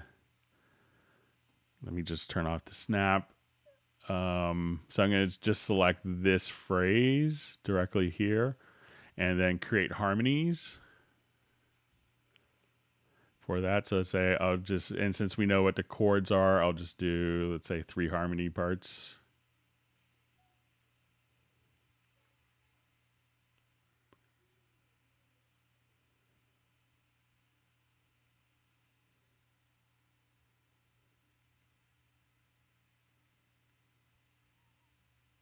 So now we will just take a quick listen to it. I'm left here for 1,000 years. And I'll just kind of knock those down in volume. So just kind of put them in. For 1,000 years and a day. So that's kind of really all you'd need to do to, change and create harmonies, and it'll just automatically, and you could derive it from the piano part. So if we just select this, go to your project and go to chord track and say create chord symbols, that will create the chord track above you. Now we have a question also that's maybe in the quiet part of the Hangout, where let's say if we had a bunch of notes. So I'll just enlarge this part. So let's say if I had these notes and I wanted to just copy them, we could just hit Command or Control C, move to the cursor, and then Command or Control V. And now that they're selected, you could just go up and down using the arrow keys, just like that.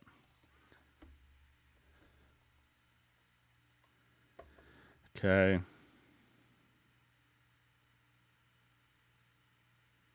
Okay. And as we covered before, if you wanted to take different parts and assign them to different, you can select like all of these notes. If you wanted these to be split to SATB, you could choose to say, I want these in MIDI channel 1.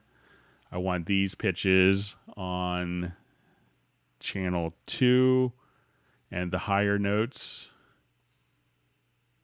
on channel 3. And you could take the piano part and put it to a MIDI channel any. So if you wanted to come here, we could just say on the piano part itself, instead of just one MIDI channel, you could put it on any. And something else that you could do that we showed is the ability to extract notes through the logical editor. So I could say everything below, like below C1. And what we could do is come over here and go to MIDI to logical editor and say we want to extract. Type is equal to note, and we'll say whose pitch, value 1, is less than C1. And then just come over here and hit apply. And that can automatically extract those notes from the part into its own lane. So those are a couple quick that you could do. Okay, and we did some MIDI scrubbing earlier, so let's show that so people can hear it. And then MIDI itself needs to actually trigger the note. So if I'm in like a quick MIDI part here, let me just go to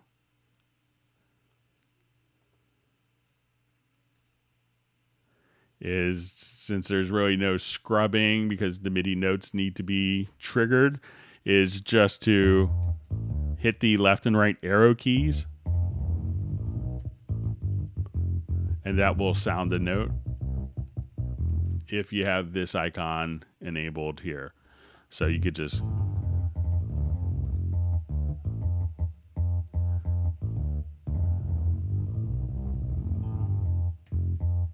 and if you need to find a bum note, that's a quick way of doing it.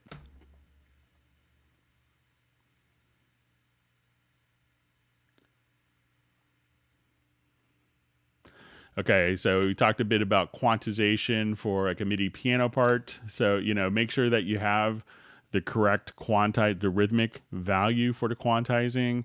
And if the MIDI part isn't quantized to the part, and if it's not fitting with the metronome, one of the things that we showed was to be able to just set the metronome based on the actual piano part itself. So I'll come here and we'll just show kind of a project that we've done here.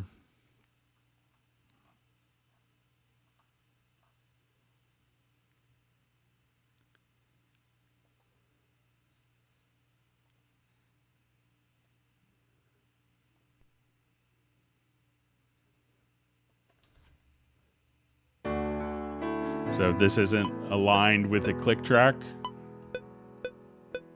I could just select it and go to my project menu and do tempo detection.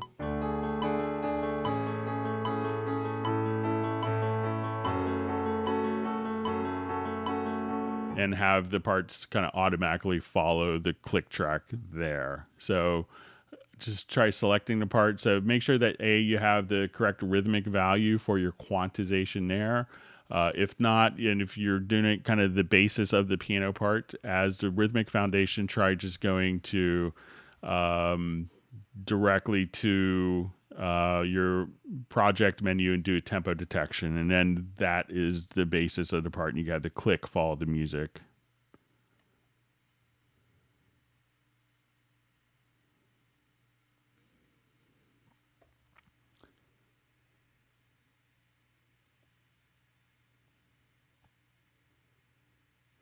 Okay, and we had a question before about what key you wanted something to be in.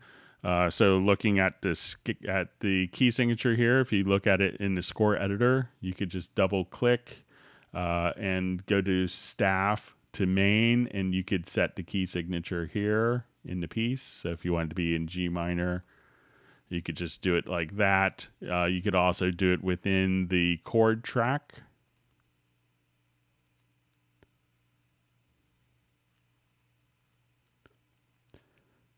So if I wanted to come here, I think we have a chord track in here.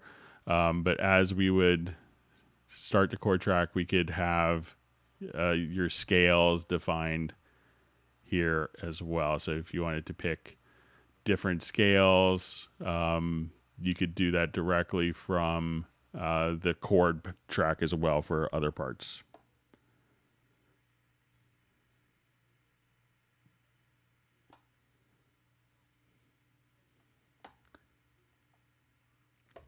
Okay.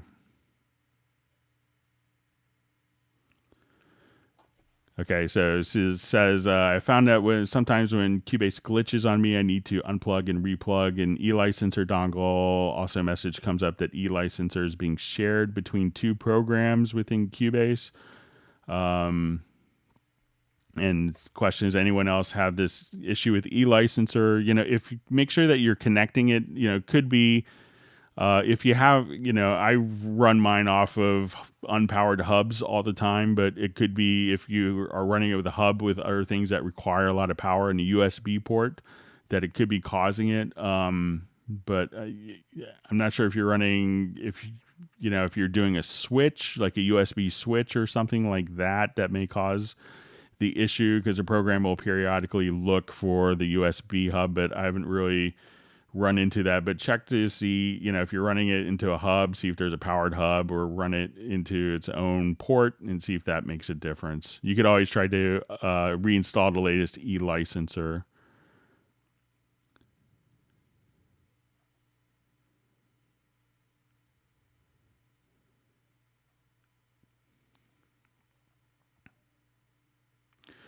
Okay, so says hello. Let me just, my chat line jumped again. Let me just jump back. Bear with me.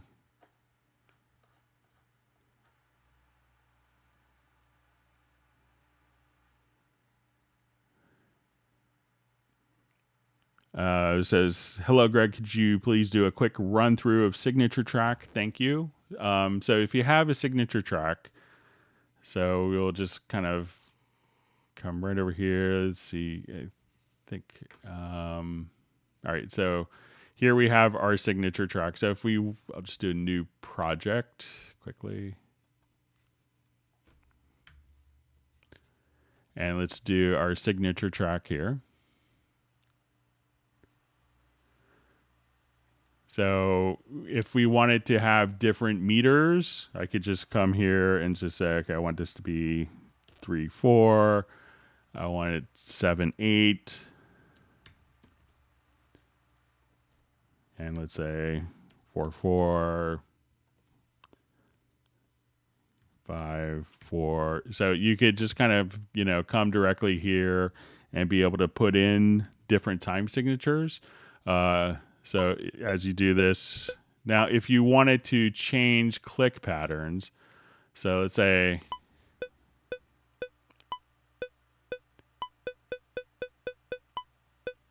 if I wanted to do different clock divisions, I could actually just click here and say, go to a click pattern. And now I could say I want it like a 2 plus 5 for my 7/8, or I want it my 5/4 to be set up for like 2, like a 2/4 plus 3/4.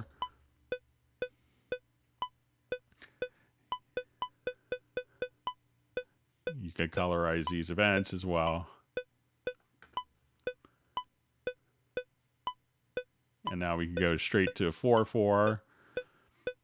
And if you wanted to, one of the cool things you could do from the signature track is if you drop this down, you could also just say render click between the left and right locators, and then that renders an audio file of your click track. Other cool things you could do in the meter track is select these and say, okay, this pattern repeats again in the piece. Hold down the Alt key, and you can, copy and then come here and paste different meter settings as well. So there's some cool things that you can do with the time signature track to make sure that different time signature changes can be worked with pretty easily.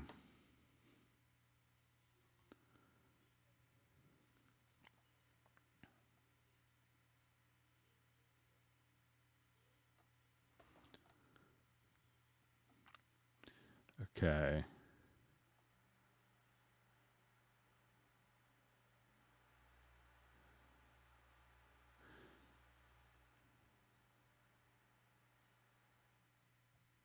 Okay, so see, question. I have a problem where opening an old Cubase project from, say, Cubase 8 or 9 will mess up the graphics in 10.5. Tremendous. Is there a setting to reset the graphics in the project if this happens? I think if we come over here and it's probably maybe on the Windows platform, but if you go to preferences, I think if you go to general, it may be under general. It could be that you may see a thing that says use high DPI. So some of the plugins may not be scaled for high DPI. So maybe try, I think it's here, but try unchecking use high DPI and see if that helps with that situation.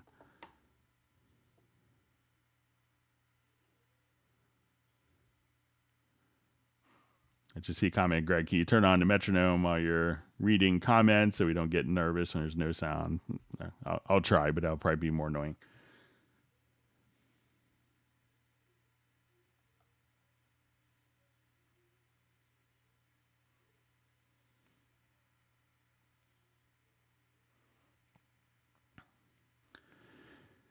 Okay, so question, Greg. When recording with metronome, I'm recording the notes played are on beat, but in the playback come out off beat. How did I get off track here? How to fix, please? I think we talked about this in the silent part of the Hangout today.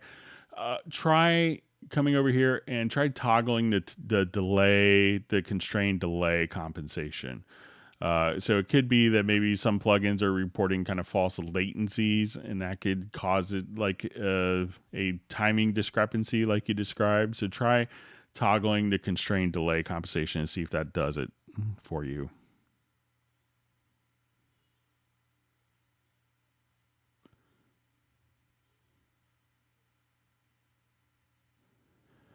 Okay, so we have a question, Greg. You may have answered this question.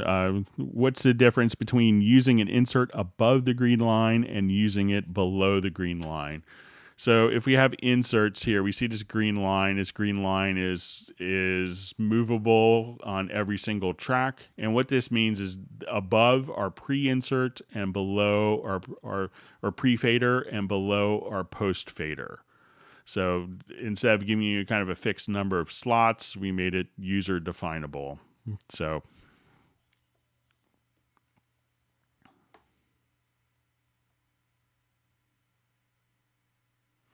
okay, so let's say, and you want to see kind of a sonic difference between it. So let's go ahead and just jump to, let's say, a project from today. So activate this. And I'll revert it to where we're starting off.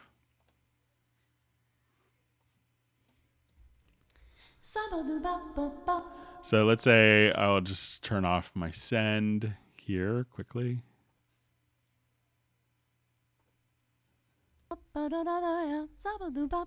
So let's say if I wanted to, we'll adjust our fader, say down. We'll leave that there. So let's say I wanted to have a compressor.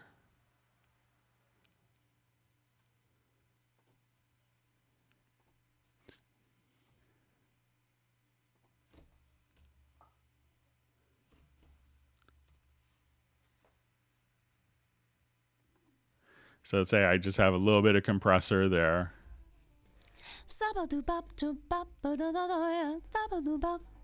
And let me just... So let's say we're going to adjust kind of our gain in. So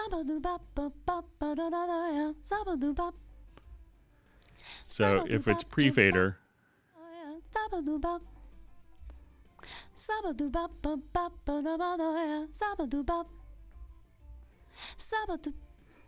so let's say I'll just move this to here.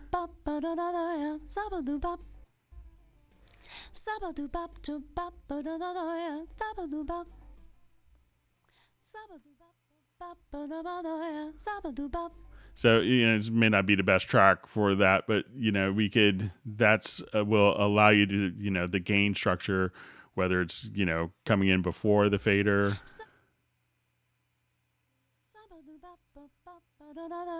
or after the fader. So let's come over here.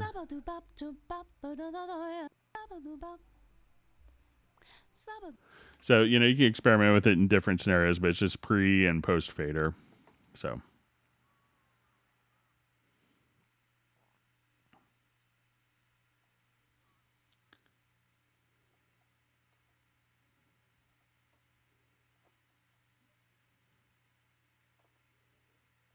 Okay, so question. I've just purchased an upgrade from Cubase Artist to Pro. Will the Pro installer update the existing artist file, structure, etc., or do I need to uninstall Artist and then install Pro? You don't need to uninstall Artist. Basically, actually how it works is when you have Cubase Pro and it's a Cubase Artist license, only certain parts of it work. So once you just install Cubase Pro, once that license is activated, just those functions in the program are enabled. So you don't have to do anything. You don't have to uninstall or reinstall anything like that. So.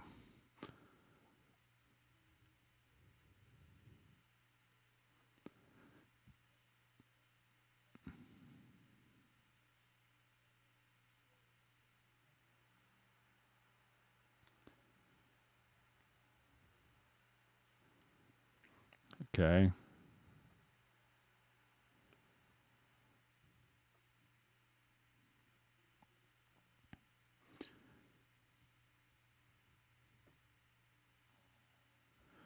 Okay, so just see, hi Greg, why track limitations in Cubase? I spent a lot of money on Yamaha Mo X6 and on third-party VST instruments. My only requirement is lots of tracks. Any other way to remove limitations? So I think, if you got the, I'm not sure if this is with Cubase AI that maybe you got with the Mo X6, but it's just kind of a scaled down version.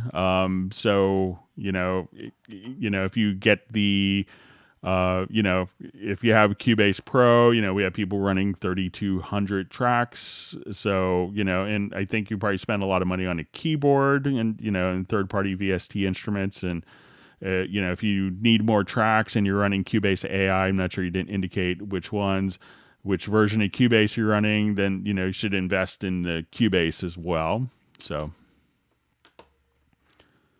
but yeah, so, it's not uncommon for people to have, so, okay, I see in a few comments later, Cubase AI is what you have. So, yeah, there will be limitations with OEM versions.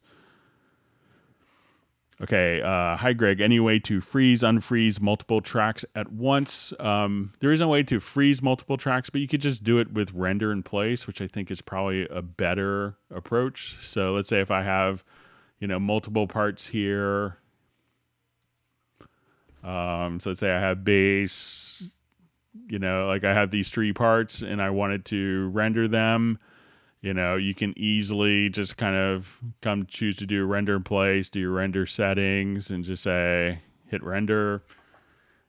And you could do it for the entire track and have the track replaced with the audio file. You could have it automatically have the track muted and the audio file placed directly underneath. So as you can see, we just selected those different parts and they've now all been rendered at once. So while you can't freeze multiple tracks, just select multiple tracks and do a render in place.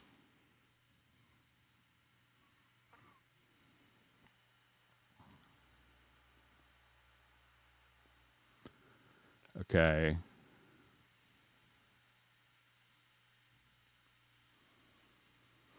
Okay, so question. When I import a MIDI file, the automation is only visible over the track. Show data on tracks is unticked in the automation panel. What am I missing? Thank you so much. So generally what you do, it's probably not automation that's in the MIDI file. It's MIDI controller data. So if you don't want to see that, try going to your preferences, to event display MIDI and choose to, and just uncheck show controllers.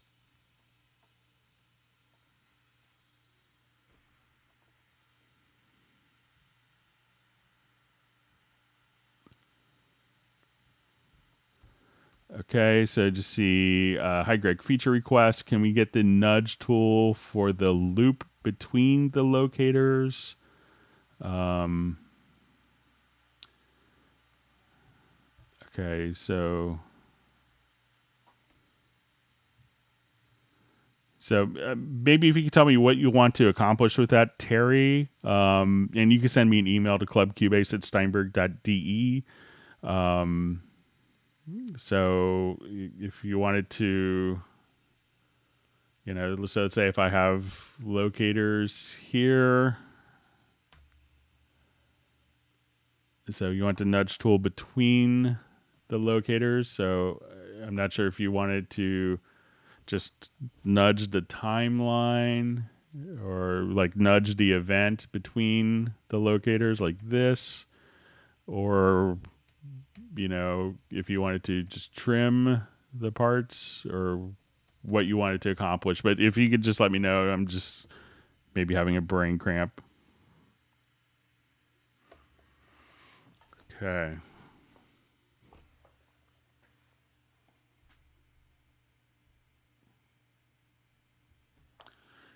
Okay, so let's take a look.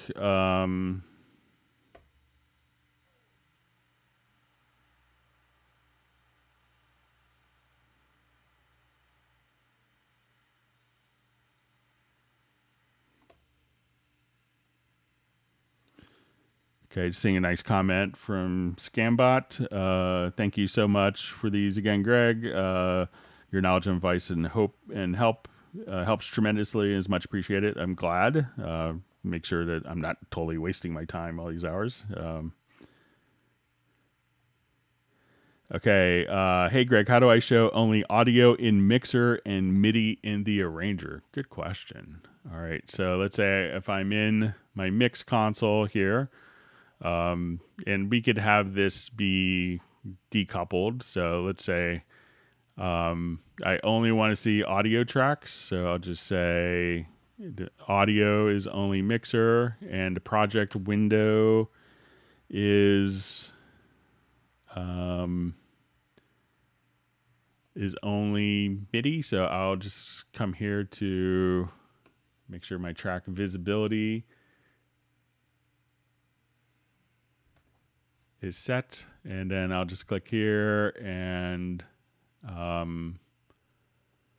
just say show only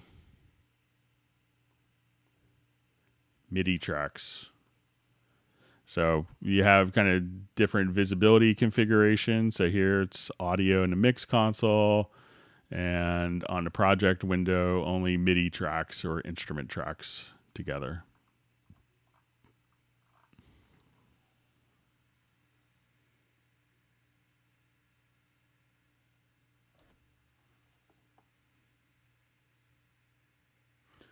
Okay. And just kind of seeing, okay.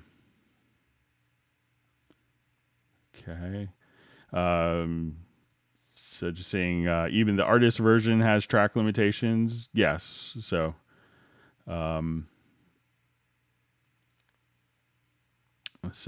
yeah, and just like, your Mo FX6 is limited compared to a Montage, and a Toyota is more limited than a Lexus, I'm sure. So.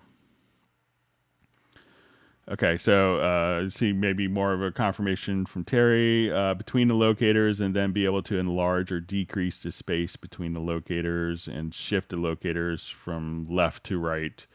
So, you could take the locators here. Let's see if that is selected. You could move the locators with the little hand tool.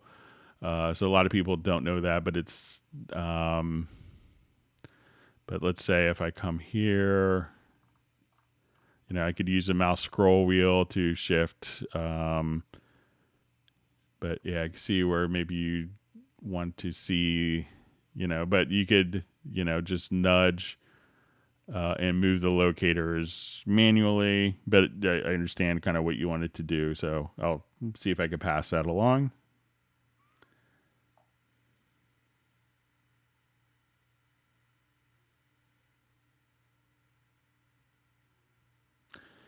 Okay. So I see a question from Millard. I added soft clipper to an audio track and clicked R and W on the clipper and audio track. Then automated the enable button on soft clipper. Didn't take. I needed to use bypass. Why instead? Because turning it on and off isn't an automatable function, because once it's off, then the plugin doesn't read automation. So that's why you would want to use the enable disable. So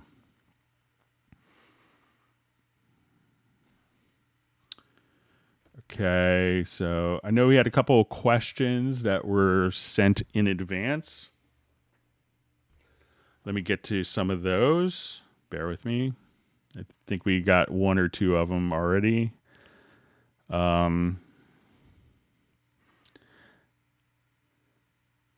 Okay, so I just see, is it possible to combine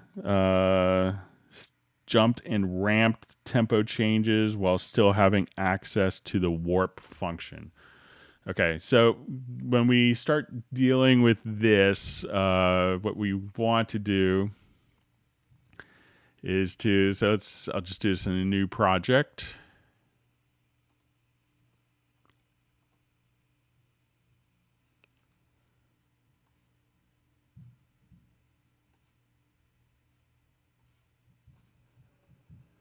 Okay, so I'll add a tempo track. And I'll just go ahead and do a quick video track as well that we could kind of go against. So let me just import a video file.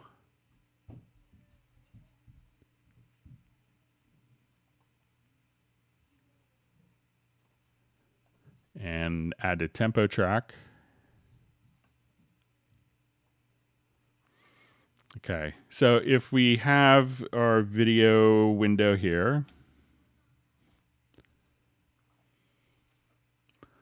so I'll just open up my video window here. So let's say as we wanted to warp between different scenes, what we could do is, and something that's not totally obvious, we'll just kind of extend this out. So you could have tempo changes that jump or tempo changes that ramp.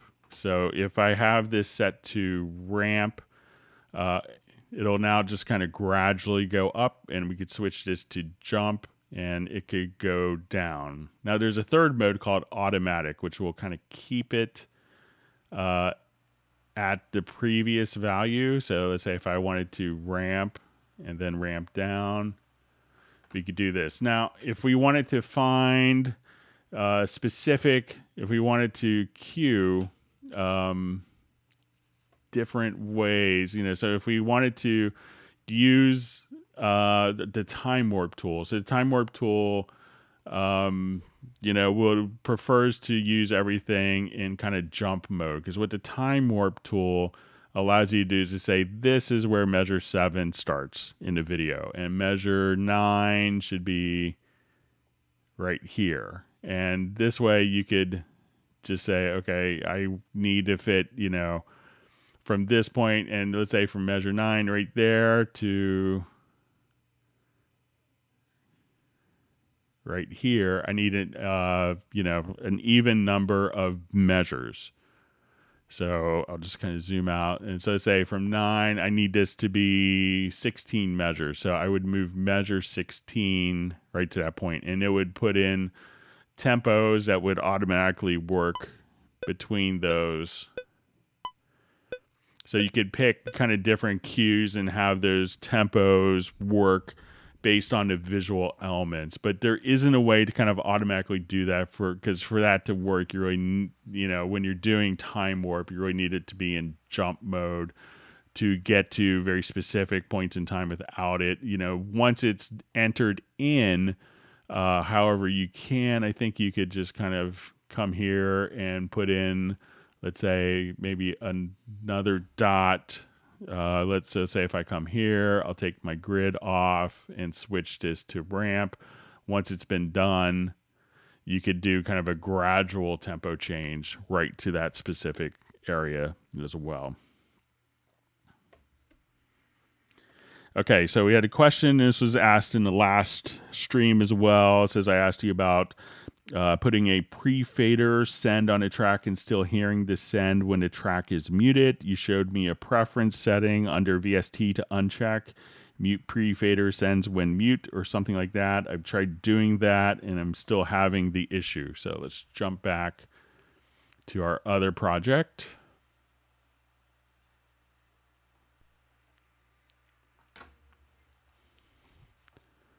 Okay, and I'll revert this to our known starting point. So let's say now when I listen to this vocal,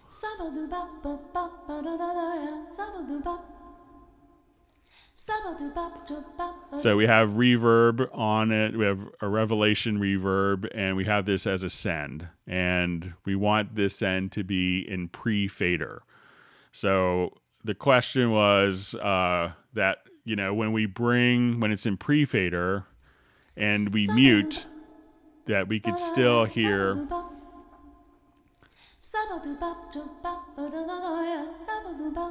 So with the default state, and I come here and I mute the track, we still hear the reverb.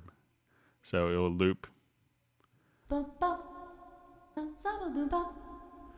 So what you want to do is to just go to your preferences and under VST or under plugins, it's just going to be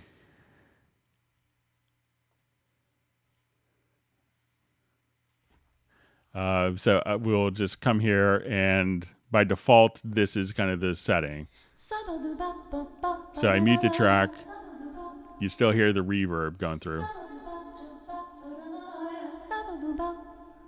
But once that preference is set, just come here to preferences and under VST, and it's mute pre-send when mute.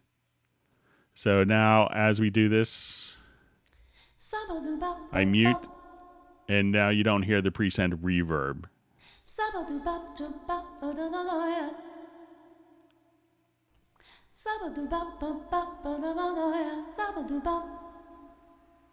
So that's the intention. So try that again and see if that makes sense. And we had another question kind of regarding pre-fader sidechain. Says, I'm putting a pre-fader sidechain send on a kick drum, going to a compressor or gate on another audio track. I would like to be able to hear the audio track with the effects of the kick sidechain without actually having to hear the kick. But after messing with this preferences setting using sidechain, effect stops working when I mute the kick drum. The only workaround I found is to keep the kick unmuted but pull the volume fader all the way down. This works, but is frustrating because then I have to remember what my kick level was before doing this. Am I missing something, or is this the only way to do this? So basically, if I'm reading this right, they want to be able to do like a side chain compression. So here I put as an insert the compressor. I activated the sidechain and told it to sidechain from the kick itself. So now we listen to it. But now what they do is they don't want to hear the kick, but they want to hear the result of the sidechain. So all you have to do now is come here, try routing the output of the kick track to no bus. And now you don't hear the kick, but it's still doing the sidechaining. So if I wanted to come here to the synth and let's listen to it without the insert and now with the sidechain.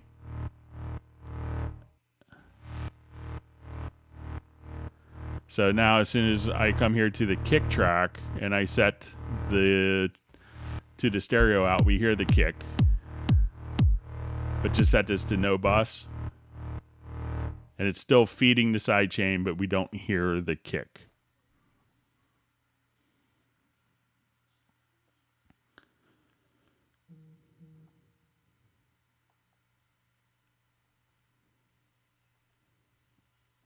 Okay, I'm going to check, go back to our normal feed here.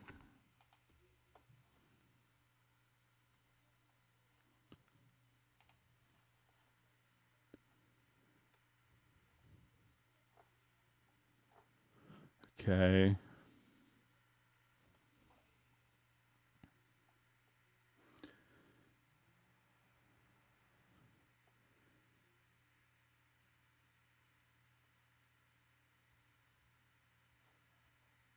Okay, so let's check out some of the questions. I may have kind of caught up. We probably had some people dropped off during the quiet part.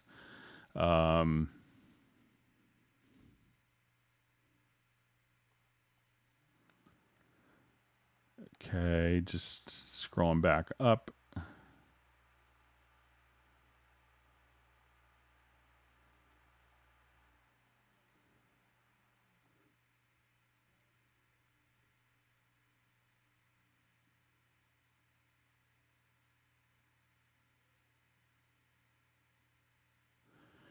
Okay, so just seeing comment from Hijack Sonar. In my opinion, at least, track limitations shouldn't be there at all. Limitations and other features is okay for existence. Lesser inserts, could it be a feature request, Greg? I'm not sure if it's going to be if they're going to give unlimited tracks and kind of bundled software. But if you've invested a lot of money in your keyboard and other third-party VSTs, consider take advantage now of the there's a 40% off promotion going on through July 28th, and consider making an investment in Cubase and You could get, that's probably one of the best investments I think you can make for your studio as well. So just seeing Jazz Dude suggested showing some logical editor macros. So we'll see if we have some time at the end, but we see some more questions have come in.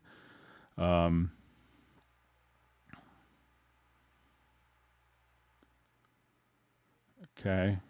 All right. So just seeing Craig McDonald says, I just now fixed a graphics issue with the older projects. The solution was to delete the images folder from the project folder and allow 10.5 to rebuild the images when it loads.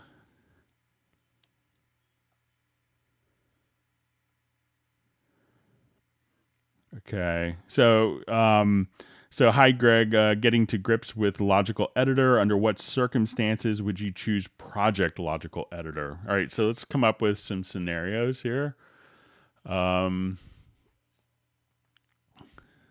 So let's get some with some tracks in it.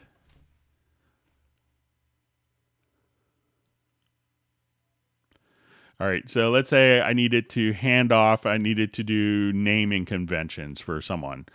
So I'm going to come here. Let's say all my drum tracks, I want to write the word drums maybe before so that I'm passing it off to someone. They can see drum kick, drum, drum, drum as the first word.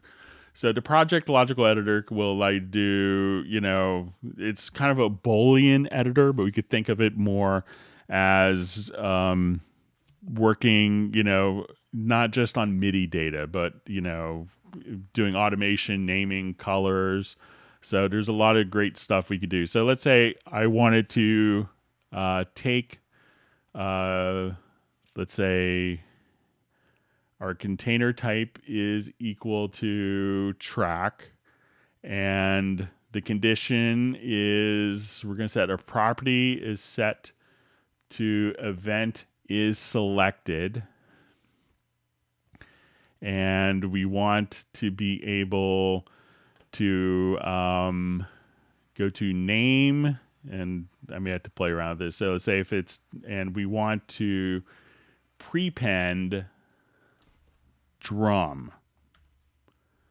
So let's see if I did this right. We're going to choose to transform. So what this should do is hopefully take selected tracks and add the name drum.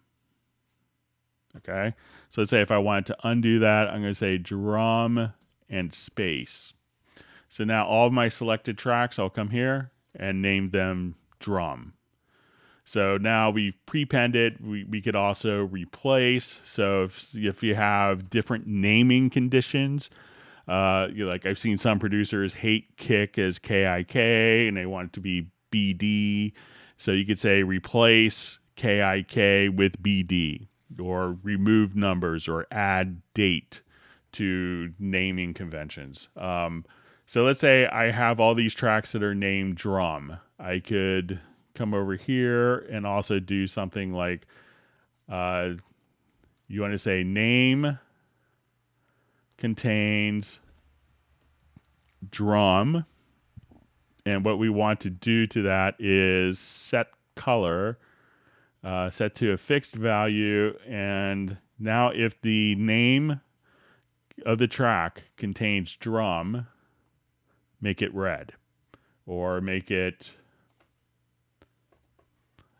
other types of things. I had kind of an interesting question from a composer where they're doing a multi-batch export. So let's say we want to take this, and they had multiple cues within a project.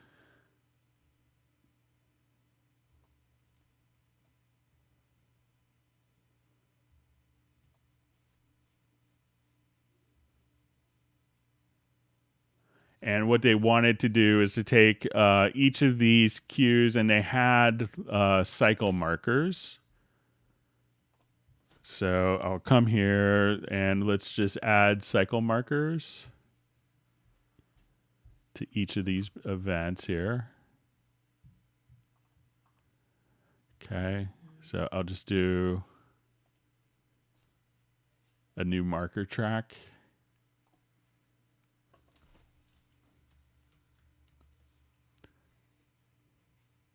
just delete this one.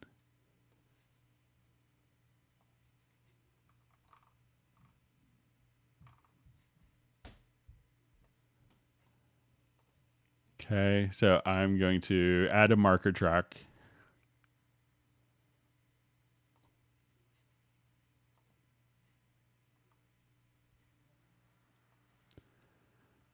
Okay, so I want to select this, and then we're going to add a cycle marker based on that. So we'll just say, okay, let's add cycle marker. And let's kind of do the same for the other. So we're going to add 3 cycle markers. And what they ran into was that their markers, when they're doing a multi-export based on the cycle markers, that they had reverb tails that were hanging over. And they wanted to, somehow add additional time for the export. So I set up a logical editor condition for that. So we have our cycle markers here, and I could go into my project logical editor and set this up where we want to take,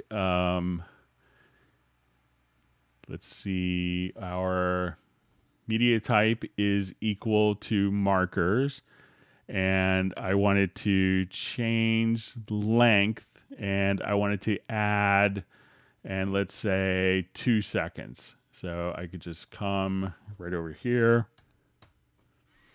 and add 2 seconds to the marker. So we're going to say transform, and we could set this up. So as we do this, I'll hit apply, and each of the markers, as we did that, and I'll just make it a little larger. So let's go ahead and close this. So as I do this, I can just say hit apply, and that will just increase the markers, and the export time will be based upon that.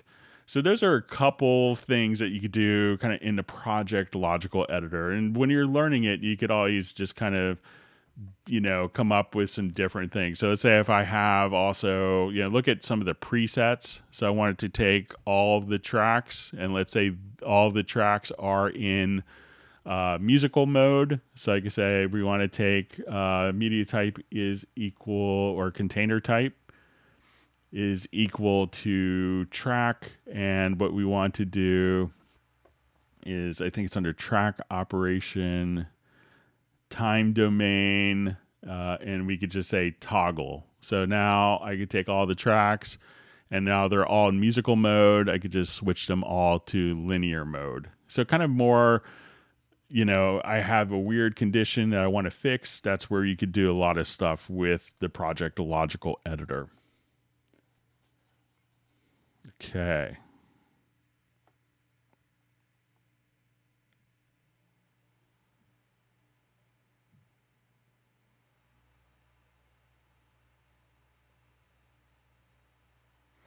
Okay, so just see a comment on project logical editor. So let's say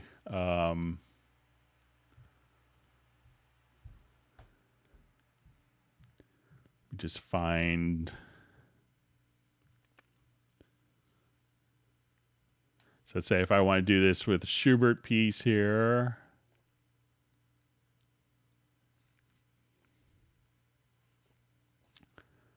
All right, so I will just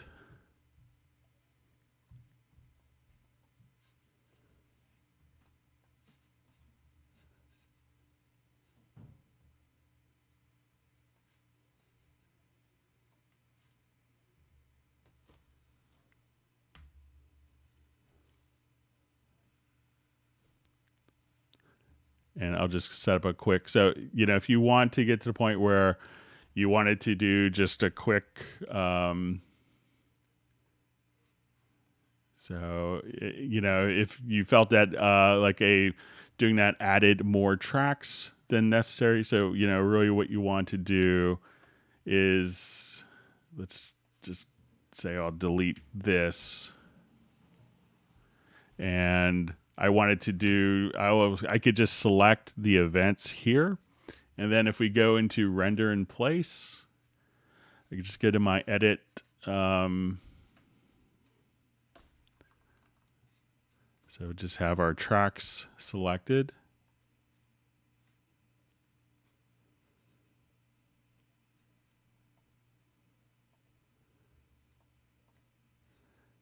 I'll just show you on another project here quickly.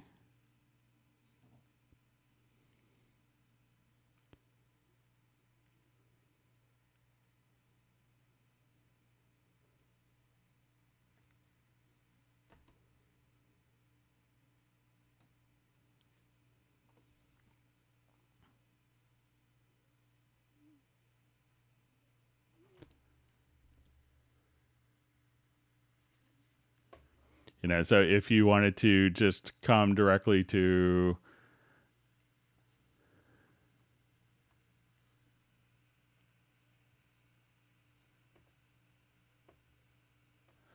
so say I have my Groove Agent track selected here, you know, so any of these could just simply take the different parts. Oh, I know a better project I could use. Sorry.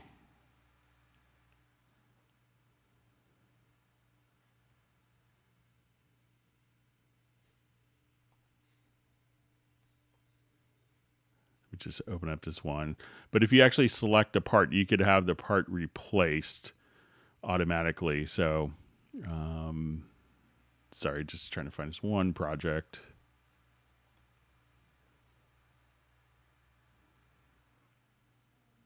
You know, or even I'll just do like with the piano part.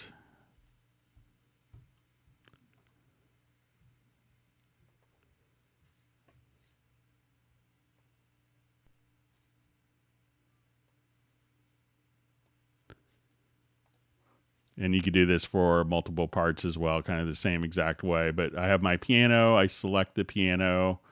You go to render in place. And then you could just choose to remove the source tracks if you wanted to. So just say render. You know, take that one particular part and just immediately remove the MIDI part if you wanted to. And just have it as audio. And then your mixer would, you know, kind of be the same exact settings, and you could just undo it as well. So,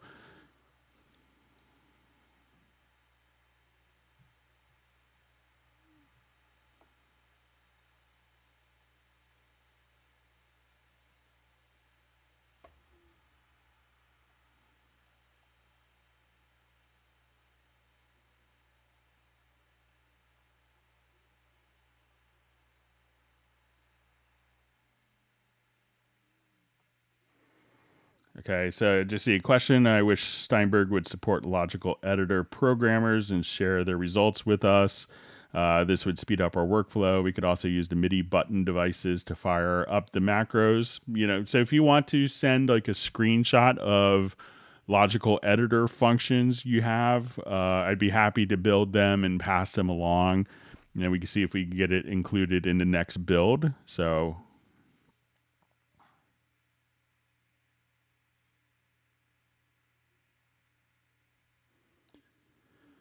okay, so just a further question.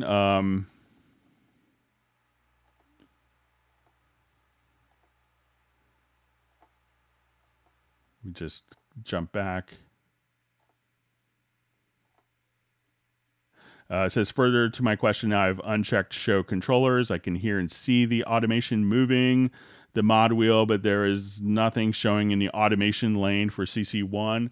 It's probably because when you're doing this, you know, it's not automation. It's just a MIDI continuous controller. So it's MIDI that's actually just embedded directly within the event itself. So if you come here, you have the modulation. So this isn't going to be automation, but if you go to your CC automation setup under your MIDI menu, you could say, I want to take modulation and be able to work with it as an automation track. So now as soon as you do that, you come over here, you will see your modulation data, and then you could have that show up just as automation data as opposed to what's going on as MIDI CCs. So go to your CC automation setup, and then you could choose to, if you wanted to say, okay, we'll replace those two.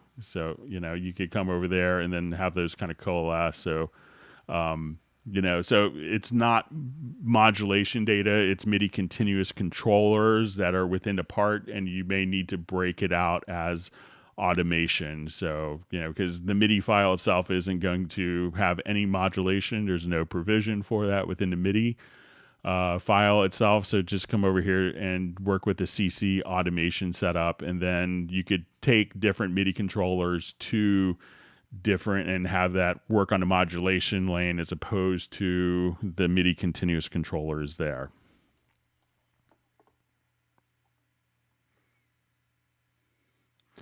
Okay. Okay, so a question, can you show a brief tutorial on video tracks? So let's go ahead and take a look. Just do a new project.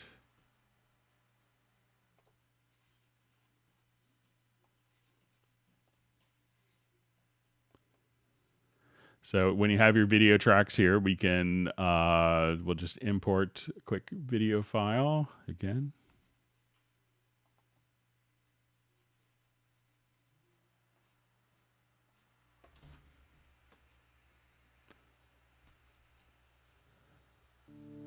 So if we hit F8, we could see our video window here. So this could be separate.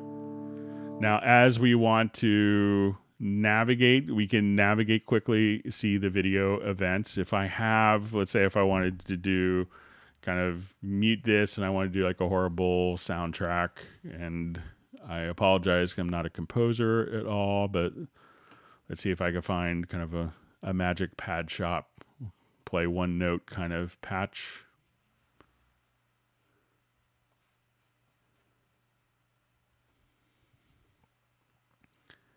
So let's say, all right, so we'll try this.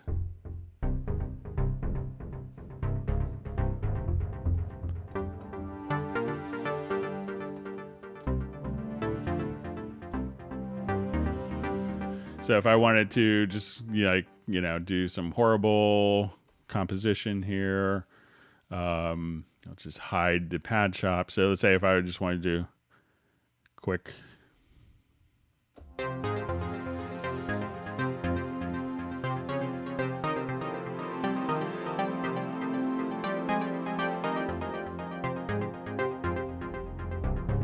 Now, as you have MIDI notes in the event, one of the cool things that you could do with the video is if you put the transport into use video follows edit mode.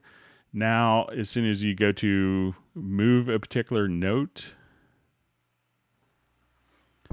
you could just have that note be positioned, and I'll turn my snap off, but you could position that note freely anywhere within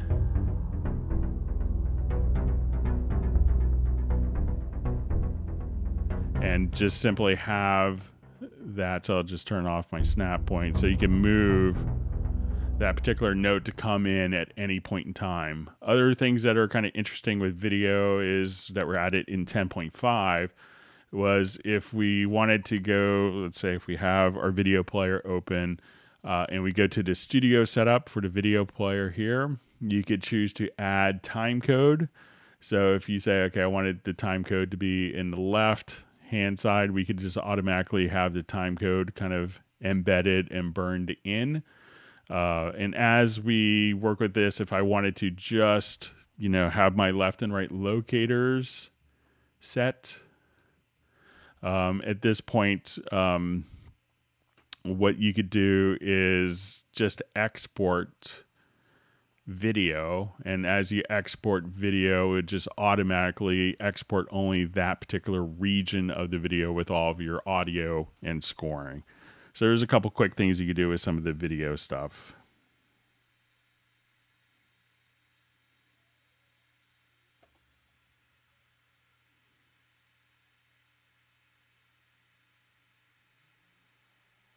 Okay, so we have a question. Is it possible to create a keyboard macro to lower and raise volume automation by 1 dB at a time? In other words, I use the selection tool, select selection and apply the macro to raise or lower the volume. It doesn't do it per dB, but you can do it. So let's say if I have automation going on here. So, and I wanted to lower this particular automation. One is you could just kind of grab it right here and be able to adjust. But if you want to do this from a project logical editor, you could come over here and say, okay, our container type is equal, or we say our media type is equal to automation, and we want to trim. And here we'll just say we want to multiply by 0.99. So it's not in value of dB, but I could now come here and just, take my automation, and if I wanted to be multiplied by 1.01, I could take all the automation and do that. I could also say property if let's see if this works, if it is selected. So so now you could come over here and just, take all of your automation in a project and be able to, increase or decrease, and you could have these stored as presets. So while it's not in dB, often, just a value to increase gradually or decrease automation. So that's a way you could do it with the project logical editor.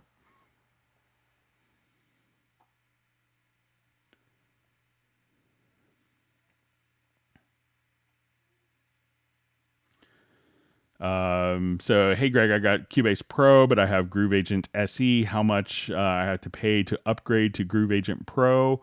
If you're looking for like the best value, Groove Agent 5, is sold separately. There isn't a dedicated upgrade path since you didn't purchase Groove Agent as a standalone product, only one that came within Cubase. But there are different promotions that go on throughout the year. We're currently in a pretty aggressive promotion for, Cubase until the end of July, but you could kind of be able to play around with that and check that out.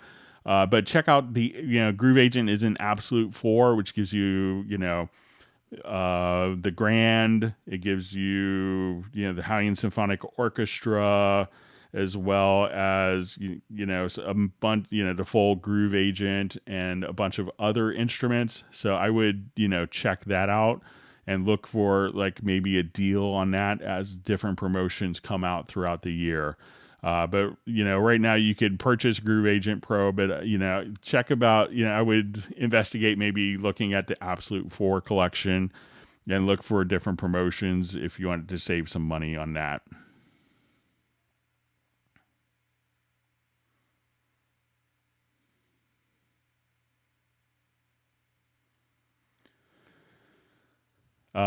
So I just see also comment on the Groove Agent SE. So, okay, so I'm not missing much of the features with SE, right? Some of the things that will be in the Groove Agent Pro that aren't in SE, just so you have some context here. So Groove Agent 4 or Groove Agent 5, the full version can have up to 4 different agents in it. So if you wanted to have, a virtual, so let's say I wanted to have maybe like kind of a beat kit, and I wanted to have, let's say,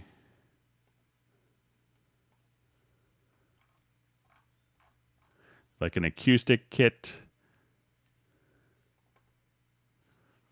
And I wanted to have also, and I think this is probably worth the price of Groove Agent alone, is for the beat agent or the percussion agent.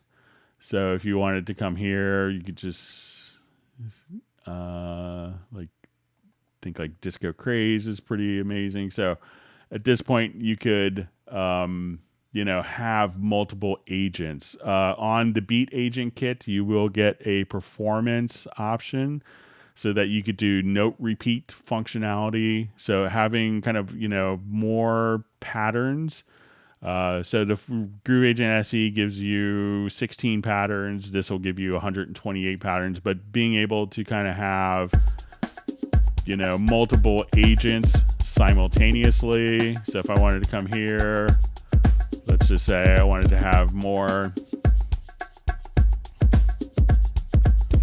percussion functionality, you could go to the mixer and look at it by agents as well.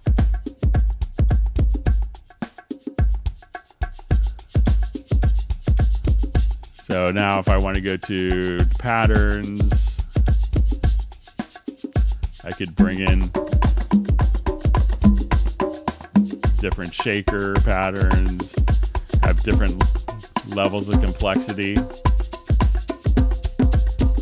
So any track that you want to put like an extra face of production, just put a Groove Agent percussion agent, and that will just kind of make your track more interesting. So I think it's well worth the upgrade, but I think, Groove Agent SE is incredibly powerful, for an included tool as well, as was mentioned.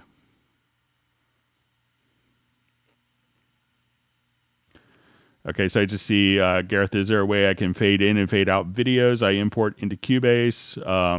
So no, not really. It's not intended necessarily to be a video editor, but for composing to video and being able to export that and deliver it to the client.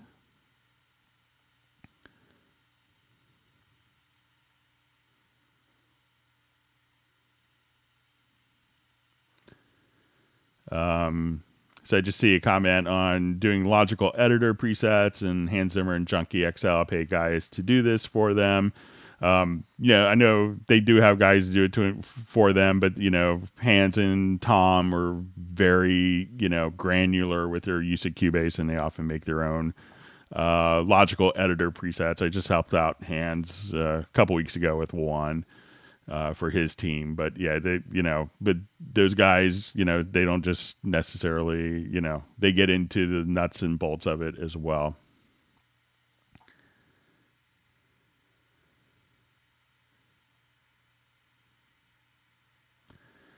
Okay, so it's a question. Hello, how do I fix crackles when I'm playing MIDI keyboards in Cubase 10.5? So probably if you have virtual instruments and you're playing MIDI, you may have to raise the buffer if you're hearing crackles. So try going to select your audio interface. If you go to Studio Setup, select your audio interface, and we'll come right over here and go to your control panel and try increasing the buffer. And it could be, depending on your audio interface, you may see sample size or buffer size, or maybe called latency. Try raising the buffer, and that should alleviate the clicks and pops that you may have when you're doing it.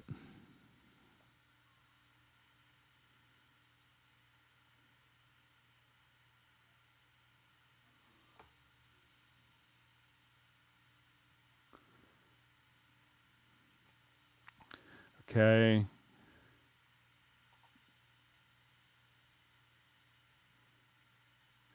Okay, just reading some more comments on Groove Agent SE.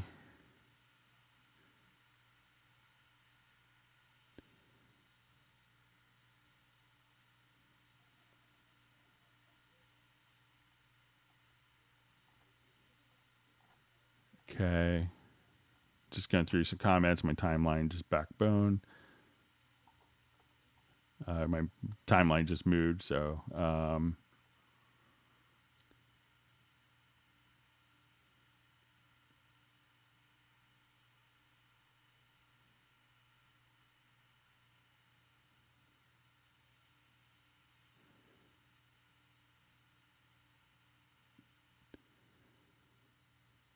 okay, so just seeing a question, where's the video quality submenu? So I think the video, I'm not sure if it has a, I'm not sure if it has a video quality setting. It'll just kind of play back the encoded video. And when it exports, it's going to be fixed values.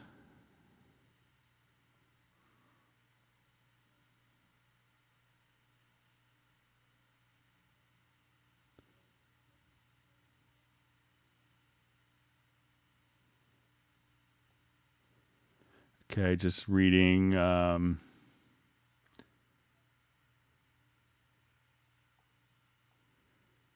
Okay, just reading through some of the different comments.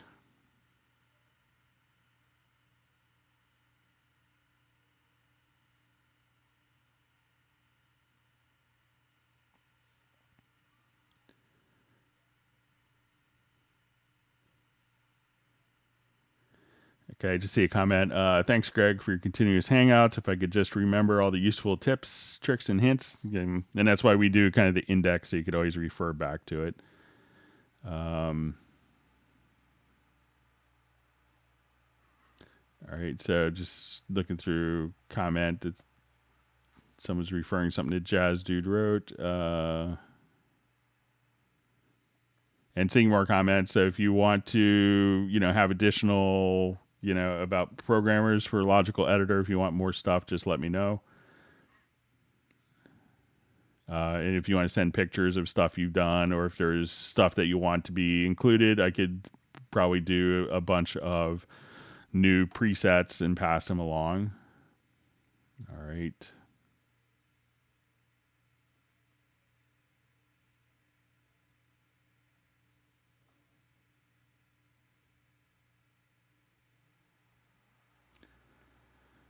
So you see a question, is it possible to download this video? So it'll be posted on YouTube, within an hour after it's over. So you might be able to download it from YouTube through various means.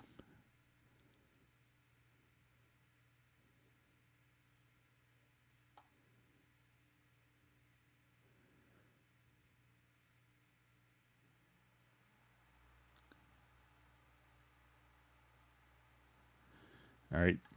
See a comment from Sub403. Thank you again, Greg. I hope that Steinberg is paying you well, but honestly, your knowledge is priceless. Always learn something new. That's good. Yeah, I'm just grateful to have a job in the current pandemic era. So and it allowed me to do things. So yeah, they've been very kind and great to me. So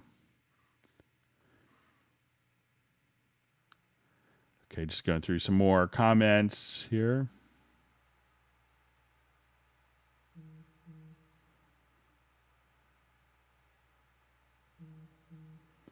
All right.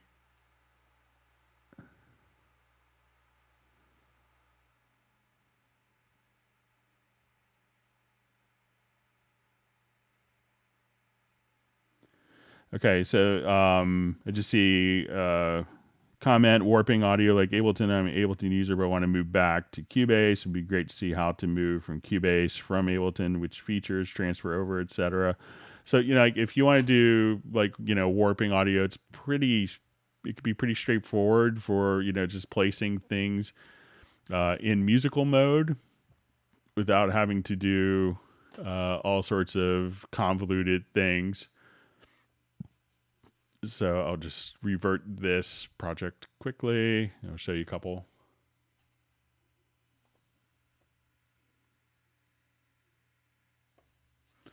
So let's say, if I have just a quick, a live band situation even, and I have, all of my audio in the pool window here. And I can see that these are all tempo stamped, and I can place them all into musical mode. And then kind of whatever tempo I just type in, Cubase will just play back. So I want it to be 112, 144, 80. So stuff like that's just super fast, just place it into musical mode, type into tempo, and, you should be all set. And especially if you want to do some more creative stuff, like if you have, where Cubase does really well is you could, do tempo detection of existing tracks. So let's say if I want to take a jazz piece here that's not following the click, I could go to my tempo detection and just say analyze.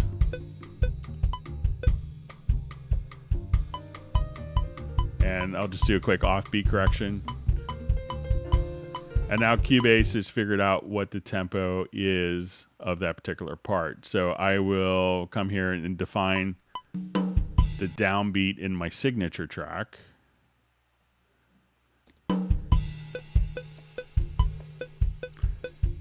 And now let's say I want to find a drum loop that's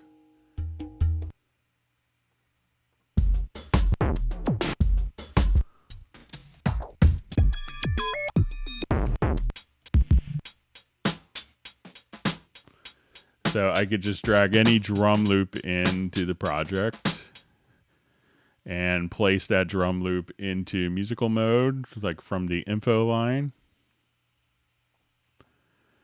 And this may be horrible sounding, but... And now that loop is automatically following the tempo changes of the original track.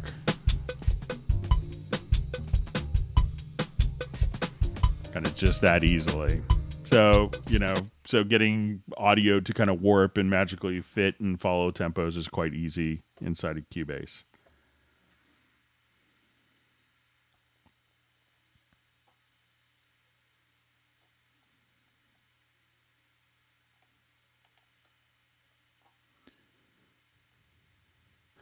Okay, Greg, can you show us a way to use the logical editor effectively on drums? So, all right, so let me just do a new project, show you a couple things you can do for logical editor. If I remember how, I will show you a couple things. So let's...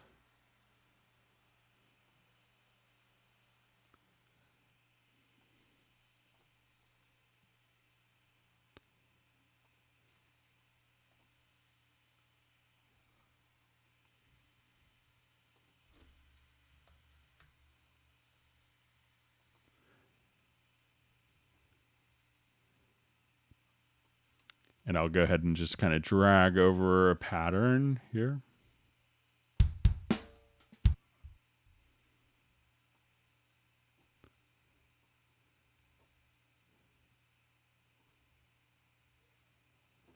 Okay, and let me just glue these together. Okay, so let's take a look at, I'll just look at this in a drum editor quickly. Let me just select this part and we'll have it automatically create the drum map for us. So now we go to our drum editor. So let's say if I had all of my hi-hat or all of this snare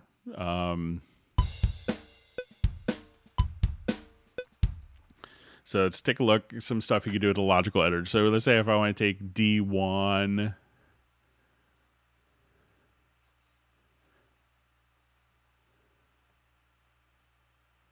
and let's say we just kind of have sequenced something. I could say let's select, we'll say value 1 of notes that's equal to, let's say D1. And what I want to do is to,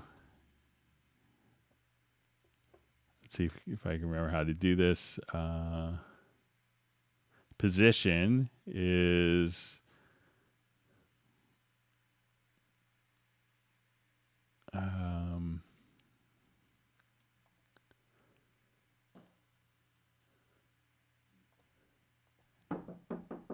hang on just one second. My son's at the door. He may need a new movie.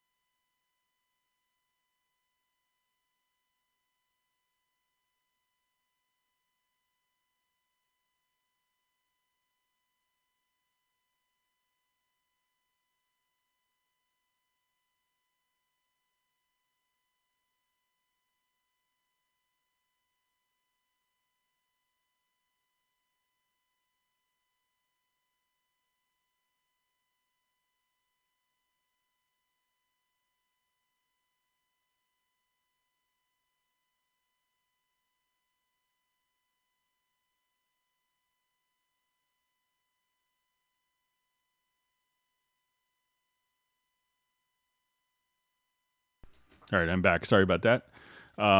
So, we could come over here and I'm trying to see if we could find, and I kind of did a whole uh, tutorial on this. So let's say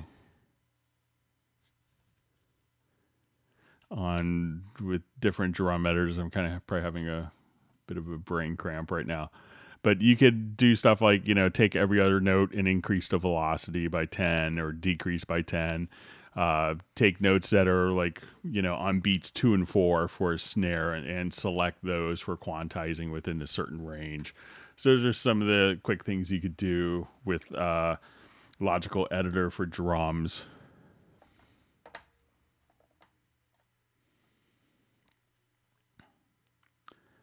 Okay, just moving on.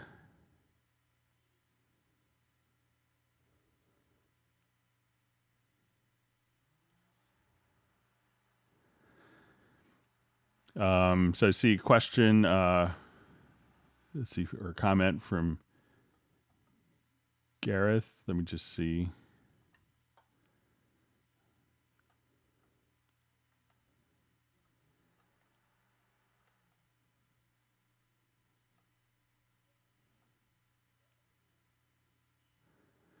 Okay, how about vocal gain, volume levels? If Vox is below X dB, raised by X dB would be possible as a varying automation. So there really isn't a way of kind of doing that. I mean, you can use compressors for that, but there isn't like a Project Logical editor for that.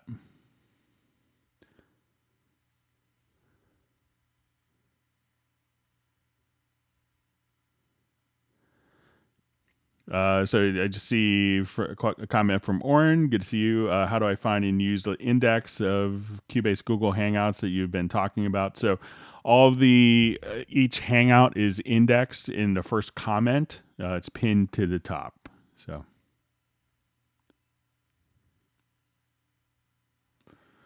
Okay, so see question. Hi, Greg. I have a pair of speakers and UR44. Is there any advantages to using Control Room?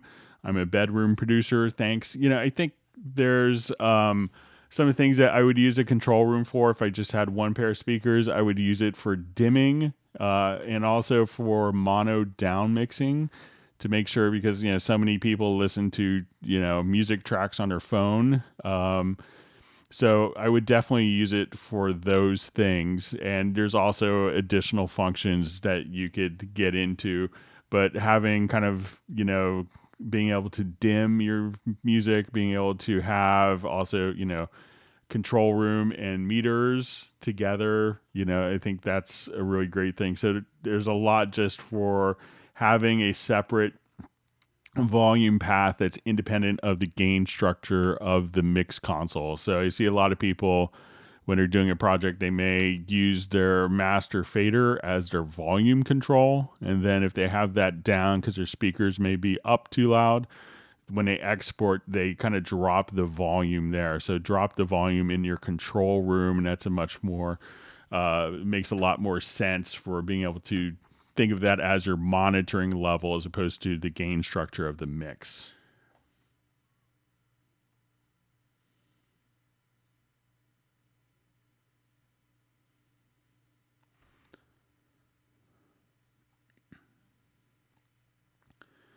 Okay, so just kind of going through, we'll be wrapping up here in just a couple minutes.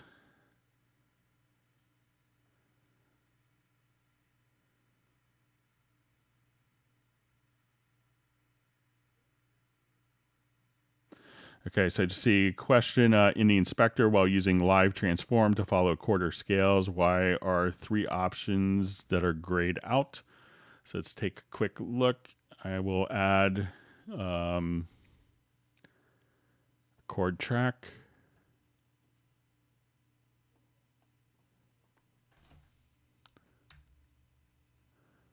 So say I want to be in D major and I want to add an instrument.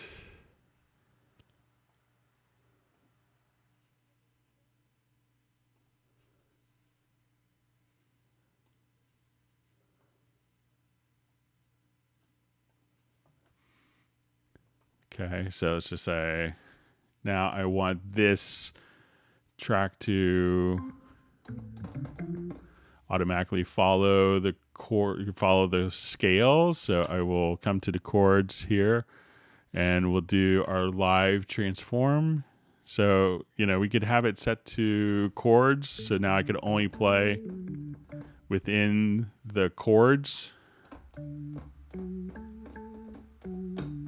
Or I could only play within the scales. So, and this is probably assigned a D major for the key. So, at that point, we could come over here and only play, within the specified chords. But I don't see where the 3 settings are.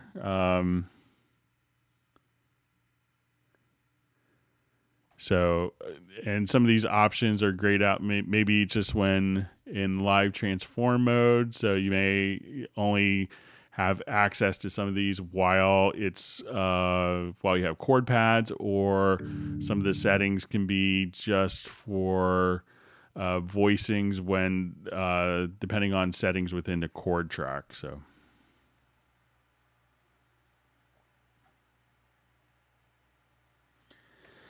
So question, are all Cubase sounds royalty free, including samples in the media bay? Yes. So unlike other programs or people gotten in trouble for that, so the hard way.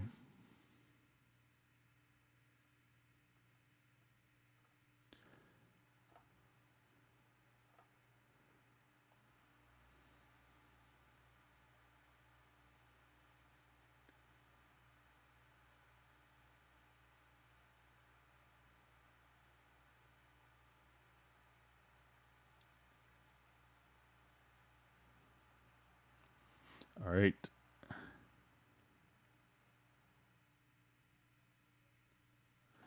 Okay, so let's see if we get this in time. Hello, Greg. I tried again.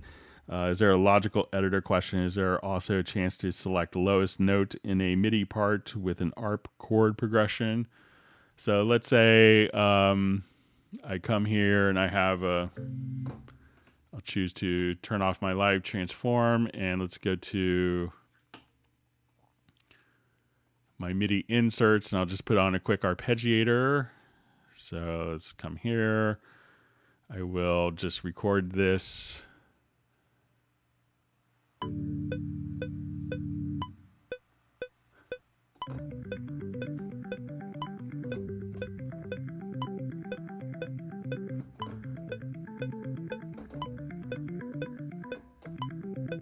So if I wanted to just select the lowest note in the logical editor from that way, I will come here. Let's give it a shot. Let's go to logical editor. We want to select,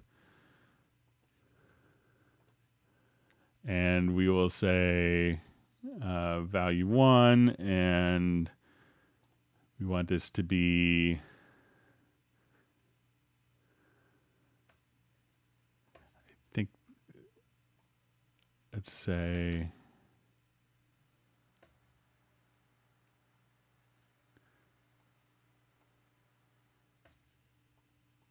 all right. So we'll say context variable is equal to lowest pitch. And now I'll just come right over here. Then let's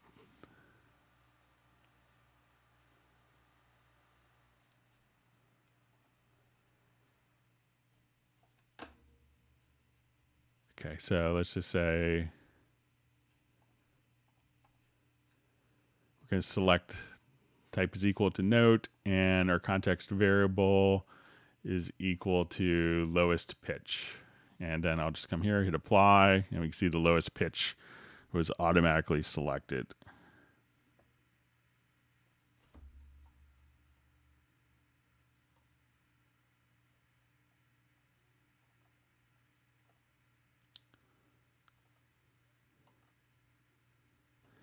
Okay.